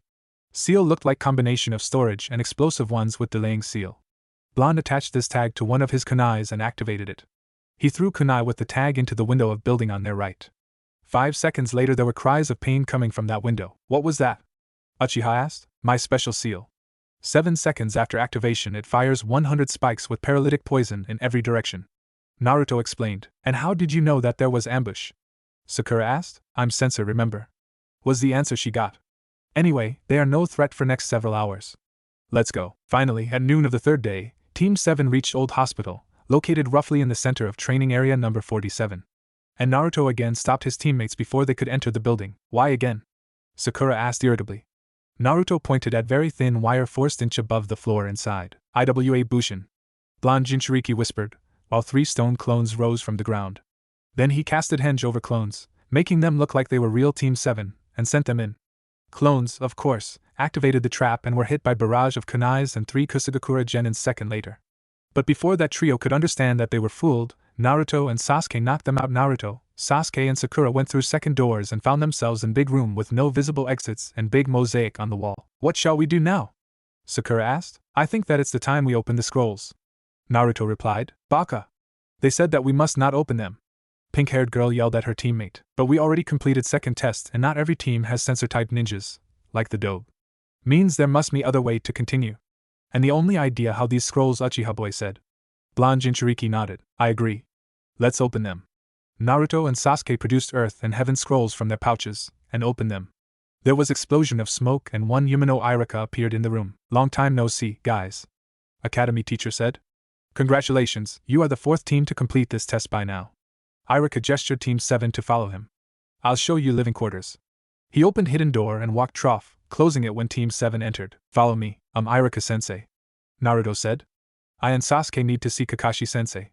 It's of grave importance. Scarred Chunin nodded. Okay, I'll tell him to visit you as soon as I see him. Team 7 was given one of hospital rooms as their living quarters until second test is finished. The room itself wasn't very big and looked like it had no renovations since Kyuubi's attack. There were 3 hard beds with night tables, separated from each other by paper screens. While either of 3 genins liked their room, it was still better than sleeping outside. Naruto and Sasuke waited 3 hours for their sensei to appear. Yo! Silver-haired Jounin said, appearing in a swirl of wind and leaves. Irika-san said that you had some important news. Blonde Jinchuriki nodded. We ran into Orochimaru during the test. Kakashi turned the page of his orange book. Anko-san ran into him too. She also said something about someone being marked. Yes. Sasuke was marked with cursed seal. Naruto said. I sealed it with Kairaka Fuyun, but it's only temporary solution for the problem. For 1-2 weeks at best. Sasuke's curse seal is very powerful. I see. Lazy Jounin said. Sasuke, you'll come with me, we need to reseal you. Mark. The Uchiha boy was about to raise an objection, but silver-haired man continued. Don't worry, you will resume this exam as soon as I'm done with you. Curse seal. Sasuke nodded. Kakashi placed his hand on boy's shoulder, and they both left the room via Shunshin. It was murky afternoon in Konohagakure no Sato. 24 genin stood in 8 lines in the big, turned-into arena for the fights, yard of old hospital building. In front of them, on the rampant stood Sandaime Hokage in his red and white robes, Ibiki, Anko, about 3 dozens of Chunins who organized this exam and 8 Jounin sensei of 8 teams that passed second test. Sarutobi was explaining the real purpose of this exams as a replacement of the war between allies. Finally his speech was over. Jounin in standard uniform and dark blue bandana on his head with Saban needle in his mouth Shunshined in front of genins. Good afternoon everyone. I'm Shirani Ginma and I'll be presiding preliminary matches of the third exam. Before we start, I'd like to say something. If you are not feeling well or you just feel like quitting after previous tests, please come forward. I'd like to quit. Kabuto said, making one step forward. Naruto narrowed his eyes. Even standing 4 lines from Kabuto, blonde Jinchuriki could easily say that gray-haired genin would breeze through this round. He must be hiding something. We are going to quit too. 2 genins from AIM also came forward. Genma looked through files in his hands. Yakushi Kabuto from Hidden Leaf, Kagari and Mubi from Hidden Rain, you may leave now. Senbon Jounin paused. Does anyone else want to retire? Oh, almost forgot to tell you that from now on it will be individual fighting. No one else wanted to quit. Okay, now I'll explain the rules of preliminary matches. You are allowed to use any weapons and jutsu you want, though killing your opponent isn't welcomed. Fight continues until one of you dies, knocked out, or until I stop the match. Winner will advance into the finals. Also, as we have 21 participants now, one of you will have to fight twice. He or she will have to win at least 1 match to advance. Part of the wall behind Rampart moved and all genins could see big screen. This lucky ninja screen flashed through the list of genins and stopped on one name. Uzumaki Naruto. His fight will be the first one. His opponent will be second name appeared on the screen. Aburame Shino, both from Konohagakure no Sato. Will everyone else move to the upper level? Ginma said, pointing at 2 smaller ramparts on the sides of the yard. 19 genins moved there, leaving only Naruto and Shino on the arena. Are you ready? Both genins nodded. Then you may start. With this Senbon Jounin jumped away to the border of the arena. Shino was looking at Naruto for several seconds. Naruto-san, I propose strict taijutsu fight as no matter who wins this match, Konoha will have its representative in the finals. And we both need to conceal our true strength. Blonde Jinchuriki, who wasn't sure if he could win this match. Shino went all out, while not wanting to use too much about his abilities, nodded. I agree, Shino-san, said Naruto, getting into Toad Taijutsu stance. Both opponents looked at each other for a second, before charging at each other. Naruto went on offensive and tried to palm Shino in the chest, but Bud User blocked his attack at the same time trying to hit Blonde's head. Young Jinchuriki ducked under Aburame's fist and tried to kick his opponent, but Shino sidestepped this hit. You are rather good, Naruto-san. Bug User said as he jumped back, creating some distance between him and Naruto. You too. Blonde Boy replied, sending some chakra to his limbs to increase speed and strength. Apparently, Shino was doing the same. Two again charged at each other, this time ending in the stalemate, blocking each other's attack. After several seconds of struggling, they jumped back. Naruto changed his stance into the one for Sage Taijutsu, before attacking Shino. Aburame was taken aback a bit by the change of his opponent's stance, and was almost too late to block Blonde's palm strike. But even if he did block the attack, power behind it pushed him back a bit. Naruto sent strike after strike at Shino, not giving him any chance to counterattack, and slowly pushing him into the corner of the arena. Bug User understood Naruto's plan and bent backwards, dodging Blonde's strike instead of blocking it, kicked Naruto's knee and then implanted his fist into young Jinchuriki's gut. Naruto fell on the ground but was ready to continue fighting before Shino could deliver finishing blow, and rolled away from Aburame's kick. Naruto spun on his hands, hitting Shino's knees from behind and making him fall on the ground. Blonde Jinchuriki reached for his kunai and slightly pressed the blade to Shino's neck. Proctor, I forfeit. Aburame said almost emotionlessly. Very well, as Aburame Shino forfeited, winner of the first match is Uzumaki Naruto. Genma announced. You fought well, Shino-san. Naruto said to Shino, helping him to stand up. Bug User nodded. Thank you, Naruto-san, it was a good fight. After the two left the arena, second match was announced. Haruno Sakura vs Yamanaka Ino. Girls fought like academy students, with weak and sloppy taijutsu and almost no jutsu. Sakura used simple bushin in the beginning while later on Ino used shintenshin, but failed to take over pink-haired girls as she was kicked out of Sakura's head by girls' inner self. Fight ended with girls knocking each other out. The second match ended in a draw as neither of opponents are able to continue fighting. Neither of them advance into the finals. Genma said. Then screen showed who will fight in the next round. Will Sabaka no Temari from Sunigakure no Sato and Akato Yoroi from Konohagakure no Sato come down to the arena? When two opponents were facing each other, standing in the middle of the arena, Genma asked them, Are you ready? Both ninjas nodded. Begin! And Senbin Jounin jumped to the border of arena. Temari too jumped back, putting some distance between herself and Yoroi. This means that you are long-range fighter. Too bad for you, her opponent said, while strange blue aura appeared around his right hand. Then he charged at her, aiming for her head with his right hand. But when he was mere 2 meters from San Kunoichi, she drew her fan from her back and rammed it into Yoroi's stomach. Yes, you were right, I'm long-range fighter, but that doesn't mean that I'm weak when it comes to fighting in a short-range combat. Temari told to her opponent who was just lifting up his head after that ramming attack. Bitch! Yora cursed. Temari jumped into the air and opened her fan. Futon, Kamaitachi! Suna Kunoichi launched concussive winds at her opponent, and when these winds hit Yoroi, small tornado appeared, lifting unfortunate genin into the air and cutting him. When winds died down, unconscious and cut in all possible ways, Yoroi fell on the ground. Genma came up to him and checked his vitals. As Akato Yoroi is unable to continue fighting, winner of the third match by knockout is Sabaka no Temari. Temari walked back to her team, onto the rampart, while her opponents was carried away by medical ninjas. Screen showed next two opponents. Okay, the fourth match of the preliminaries will be Tenten vs Uzumaki Naruto, both from Konohagakure no Sato. Tenten, girl in dark pink Chinese-styled blouse and dark green pants with her hair made into 2 buns, walked down to the arena, while Naruto used simple Doton Jutsu to melt into the wall behind him and raise from the ground 3 meters from Tenten on the arena. After both opponents confirmed that they were ready, Proctor started the fight and moved to his spot on the border of the arena. Unlike Shino, I will go all out on you. Hope you don't mind, Naruto? Tenten asked. Blonde Jinchuriki just shrugged. No problems there, he replied, shifting into Toad Taijutsu stance while Kunoichi he had to fight jumped back to put some distance between them. As soon as her legs touched the ground, Tenten produced 4 saban needles from her pouch and threw them at Naruto. Blonde genin tried to dodge projectiles but failed as 2 of them drove in his forearm and the crook of his neck, making him fell on the ground. Tenten walked to him with kunai in both her hands. Forfeit, she ordered. I never give up was Naruto's reply. Too bad for you, Kunoichi said, stabbing his stomach. But instead of blood there was only dust.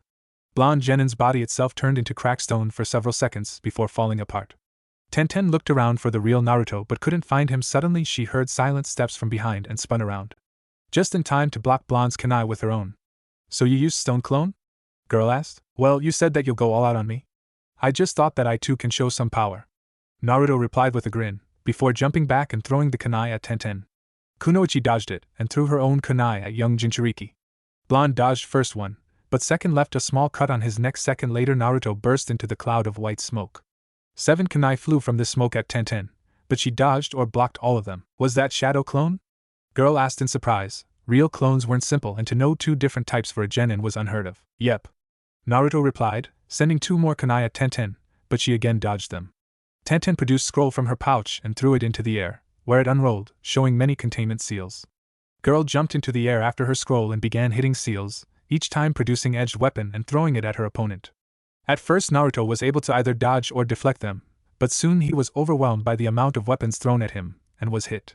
Only to turn into cracked stone. Tenten landed on the ground and looked around, once again searching for her opponent.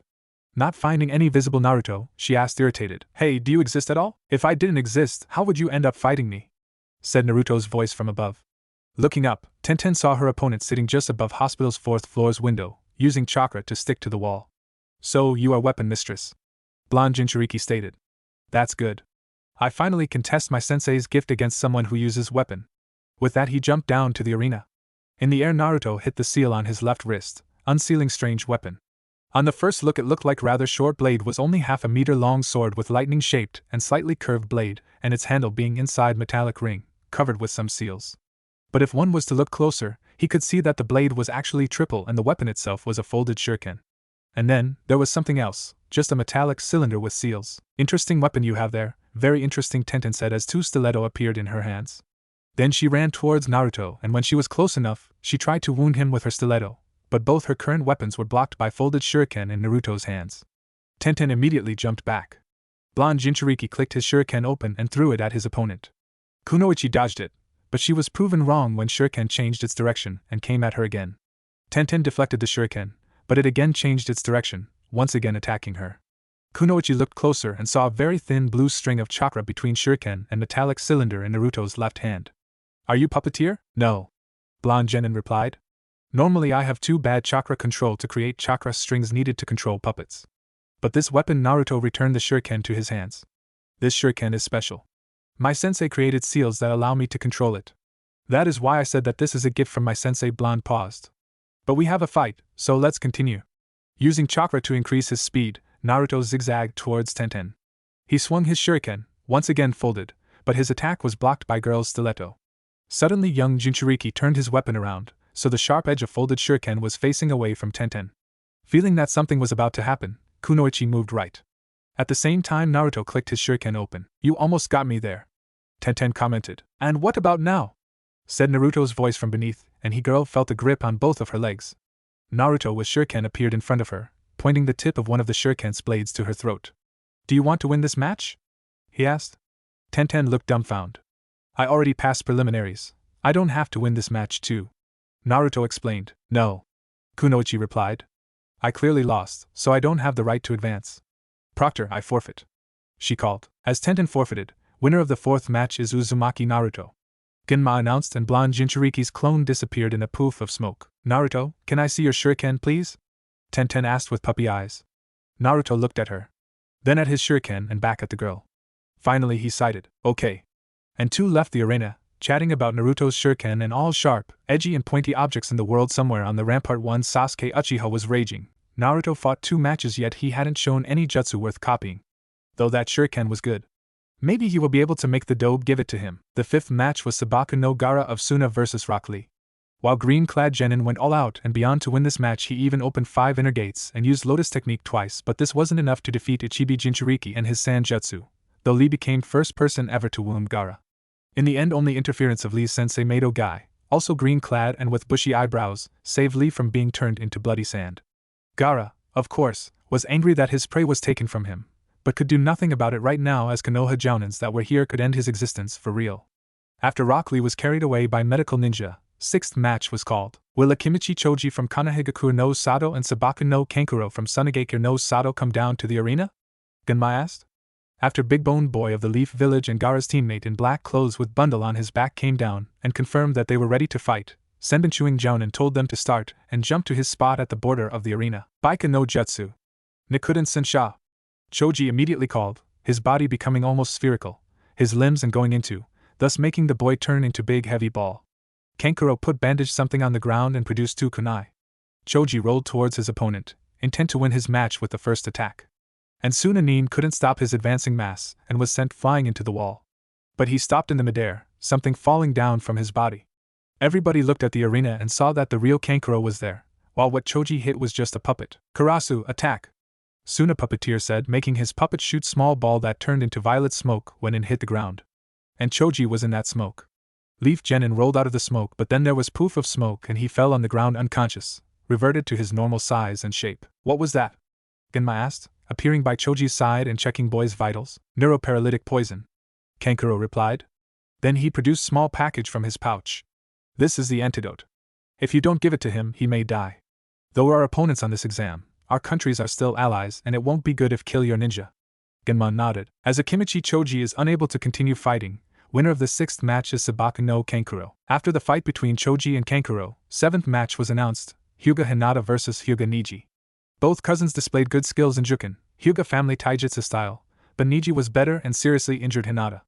But despite that, and speeches about her misery from Niji, Hinata stood up and continued fighting. She got another serious injury soon, but again stood up and continued fighting. This made Niji very angry and he hit his cousin's heart. Then he tried to kill her, but he was stopped by Genma, Guy, Asuma and Kurenai. Niji ranted about unfair everyone was towards Hyuga branch family members. Well, he ranted until Naruto appeared in front of him and slapped him. I know about Hyuga clan. You have all rights in the world to hate them, but you have no rights to hate Hinata. I know her for a bit more than a year, but it was enough for me. Hinata will never do, nor she ever did anything bad to you. But you still tried to kill her. For this I shall make you pay. Naruto yelled. You don't understand a thing. Niji yelled back. You two stop this now. Genma said in a tone that made both genins freeze. You can solve this after, but right now we do have an exam. Go back to your places. Genins nodded and walked away. I will make you pay for what you did to Hinata, Naruto said before they parted for different sections of the rampart. Like you can do that, loser. Niji hissed back before regaining his stoic and aristocratic self. Ahem. Genma looked at the screen. Okay, the 8th match will be between Tsurugi Misumo from Konohagakure no Sato and Kinyuta Dosu from Otogekure no Sato. Will both participants come down to the arena? When two genins were standing in front of each other, Senbon Jounin asked them, like he asked every pair of opponents before, are you ready? Both nodded. Begin, this will be easy. Dosu yelled as he charged towards Misumo. Sound Genin tried to hit his opponent with his musical arm and render him unconscious, but Misumo wasn't that weak and caught Dosu's arm. Faster than Sound Nin could process it, his opponent rapped him.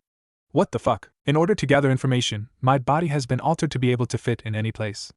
But this also allows me to deal with weaklings like you without breaking a sweat. Give up or I'll kill you. Misumo started to squeeze the hell out of Dosu, but Sound Genin wasn't going to lose this match. Eat this.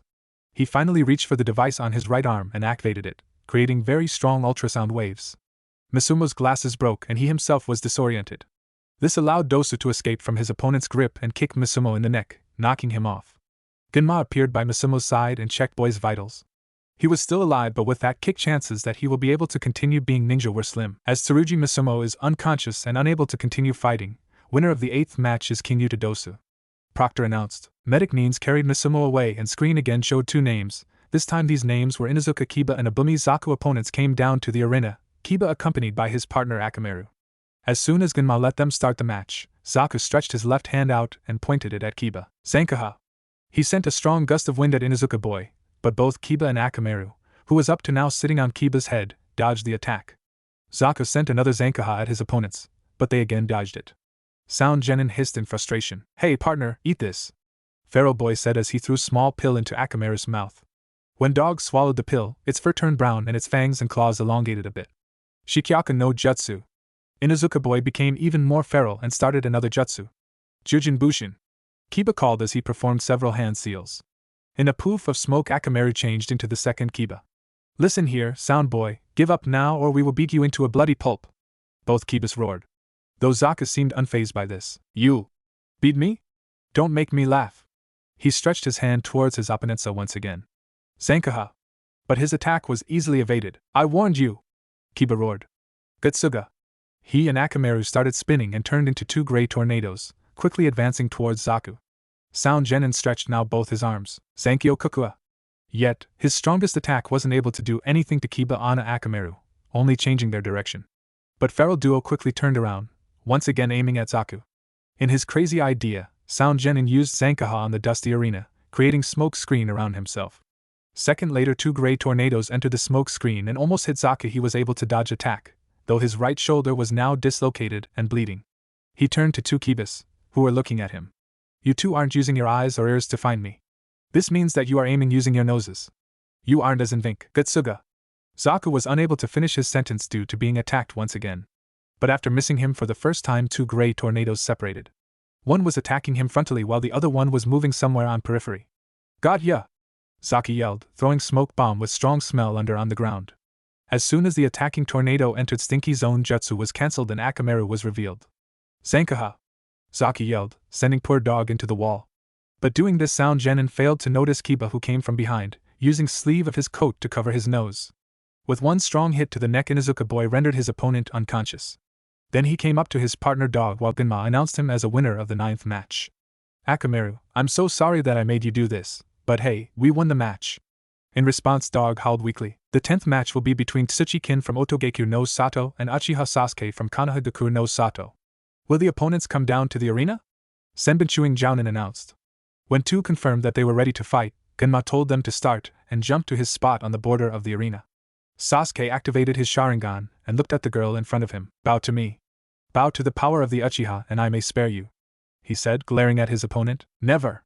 Kin spit back. I'll make you pay for what you did to Zaku. With that, she threw several saban needles at Sasuke. He caught 2 needles while dodging other. Naive, he said darkly, crashing small bells that were tied to these 2 saban. My eyes can see through you, petty jutsu. Now you will pay for opposing me, the great Uchiha. Sasuke flashed through hand seals. Katon, Gakakyu! He launched giant fireball at Kin. And she wasn't fast enough to avoid the jutsu and was hit by fireball. When fires died down, clothes on her back were burned away and there were 2nd and 3rd degree burns, but she still tried to stand up. But failed as her arms gave off and she fell on the ground, losing her conscience from extreme pain. Sasuke saw her raising and started flashing through hand seals for another fire jutsu, but Genma appeared in front of him and stopped him from performing the jutsu. You already won. You don't have to kill her, Genma said to Sasuke coldly. Uchiha hissed but knew it better not to oppose Jounin. Or several Jounins. Winner of the 10th match is Uchiha Sasuke. Proctor announced. Your seal isn't as good as you said it is, cursed seal is corrupting his mind. Naruto said to Kakashi as they watched Sasuke returning to the rampart. Silver-haired Jounin sighed. Yeah, looks like maybe I did a big mistake when I removed your seal. He paused. Maybe you can place it once again? Copycat Ninja asked. I don't think that Sasuke will allow this. And if we put it without his permission, it may make things worse than they are now. He may start fighting against our seals. Blonde Jinchuriki replied. That would be the worst case. Kakashi agreed. I think that it would be better if you try to make him change himself by his own will. Though it will be a very hard task. Naruto suggested and masked Jounin nodded. Oh, and I hope you won't mind if I'll be gone from the village until finals? Old man Hokage is okay with it. Kakashi again nodded. Hey, what are you talking about? Sasuke asked them demandingly. 2 ninja looked at each other, and then replied in unison. Nothing interesting. Okay, and now we will have the last match. Will Oboro from Amigekyo no Sato and Nara Shikamaru come to the arena? Genma announced. As soon as the match started, Oboro created about 30 haze clones, who tried to wear Shikamaru out. Troublesome lazy genin muttered. Kage main no jutsu. His shadow became alive and went after Oboro's, splitting into more than 30 flows, each trying to capture a different target. And in the swarm of clones, Shikamaru managed to catch the real one. As soon as this happened, all clones disappeared on their own accord. You are really troublesome, Nara Air muttered, breathing heavily. Then just give up and go home, you lazy ass. Oboro shouted. If I do so, Mom will be reprimanding me. That is even more troublesome than fighting you. Shikamaru replied and started running diagonally towards the wall, Oboro copying his moves. What the fuck is this? This is shadow imitation technique. Nara boy replied, releasing his jutsu just before Oboro hit the wall. Surprised, Aim Ninja couldn't stop himself in time and hit the wall hard, knocking himself off. Genma appeared by his side. As Oboro is unable to continue fighting, winner of the 11th and final match of preliminaries is Nara Shikamaru. He announced. Now, will Uzumaki Naruto, Sabaku no Tamari, Sabaku no Gaara, Sabaku no Kankuro, Hyuga Niji, Inuzuka Kiba and Uchiha Sasuke come down to the arena. You will be told about finals. When all 9 genins were there, Ibiki brought a box. This is sortition for the finals. Please take 1 paper from the box. Proctor of the first exam said. He walked from genin to genin, allowing them to draw a paper. Now when you all have your papers, please tell me the number on your paper. Kankuro was the first one to reply. 1, 5. Gaara said emotionlessly. 3. Tamari's voice said. 8. Naruto told his number to Ibiki. 2. Kiba said with Akamaru barking on his head. 7. Dosa said quietly. 4. Was Niji's reply. 6. Sasuke said indifferently. This means that the lazy bum got number 9. Ibiki concluded, looking at already sleeping genin. So fights in the finals will be, the first one will be between Kankuro and Kiba, second one between Temari and Niji, third one between Gaara and Sasuke, fourth one between Dosu and Naruto, and Shikamaru will fight the winner of the first match. Changes are unlikely, but not impossible. Thank you, Ibiki, Sandaime Hokage said. Now, finals will be in 30 days at Konohagakure no Sato main stadium. This means that you have 1 month to hone your skills and learn new.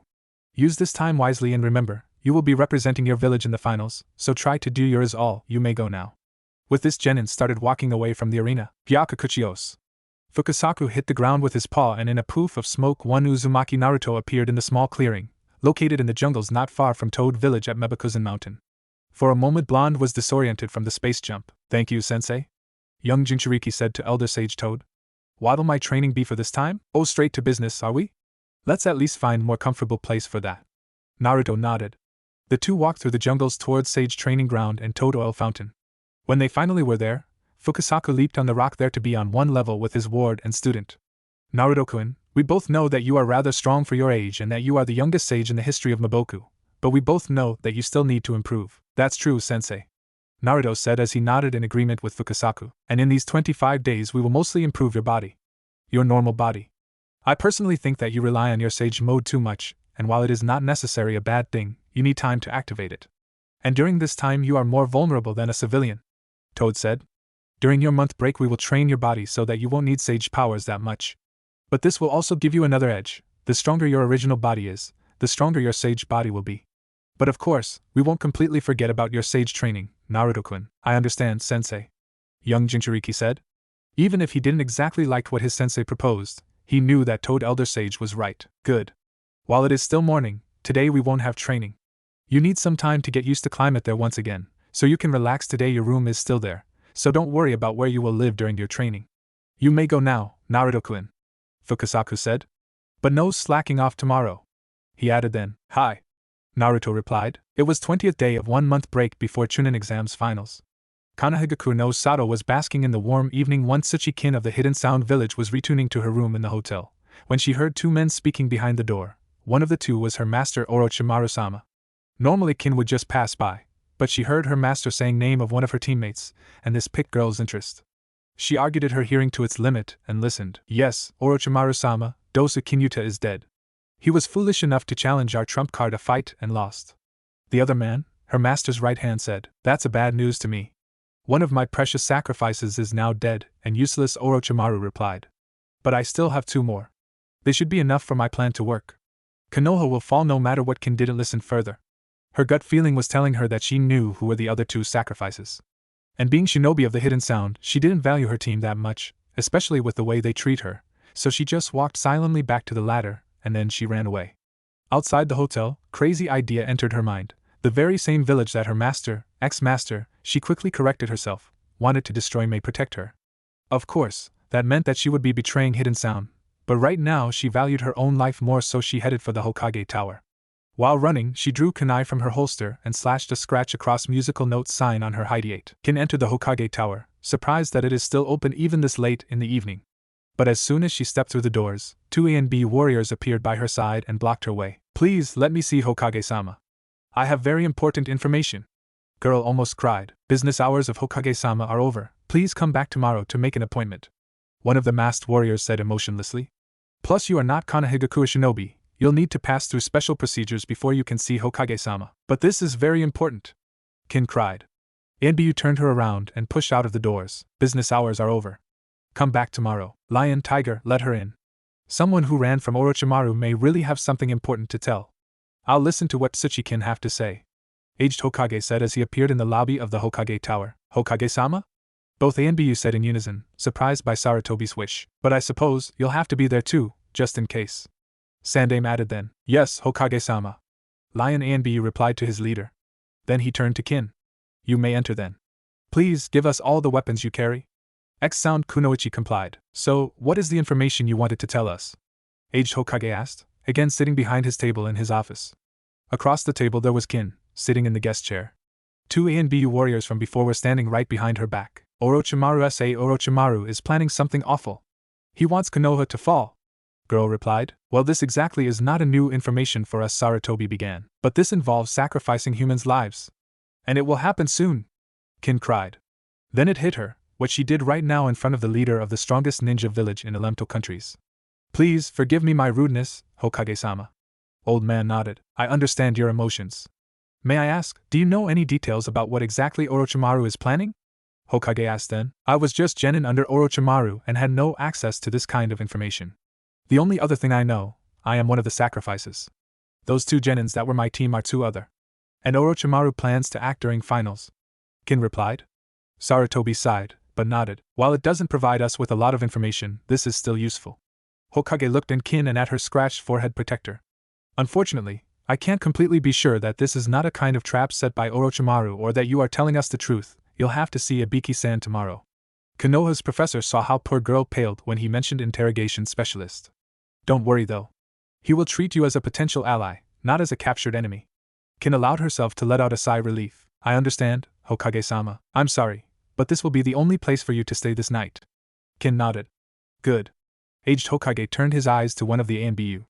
Lion, please escort this young lady to the room 404 at INT department of ANBU.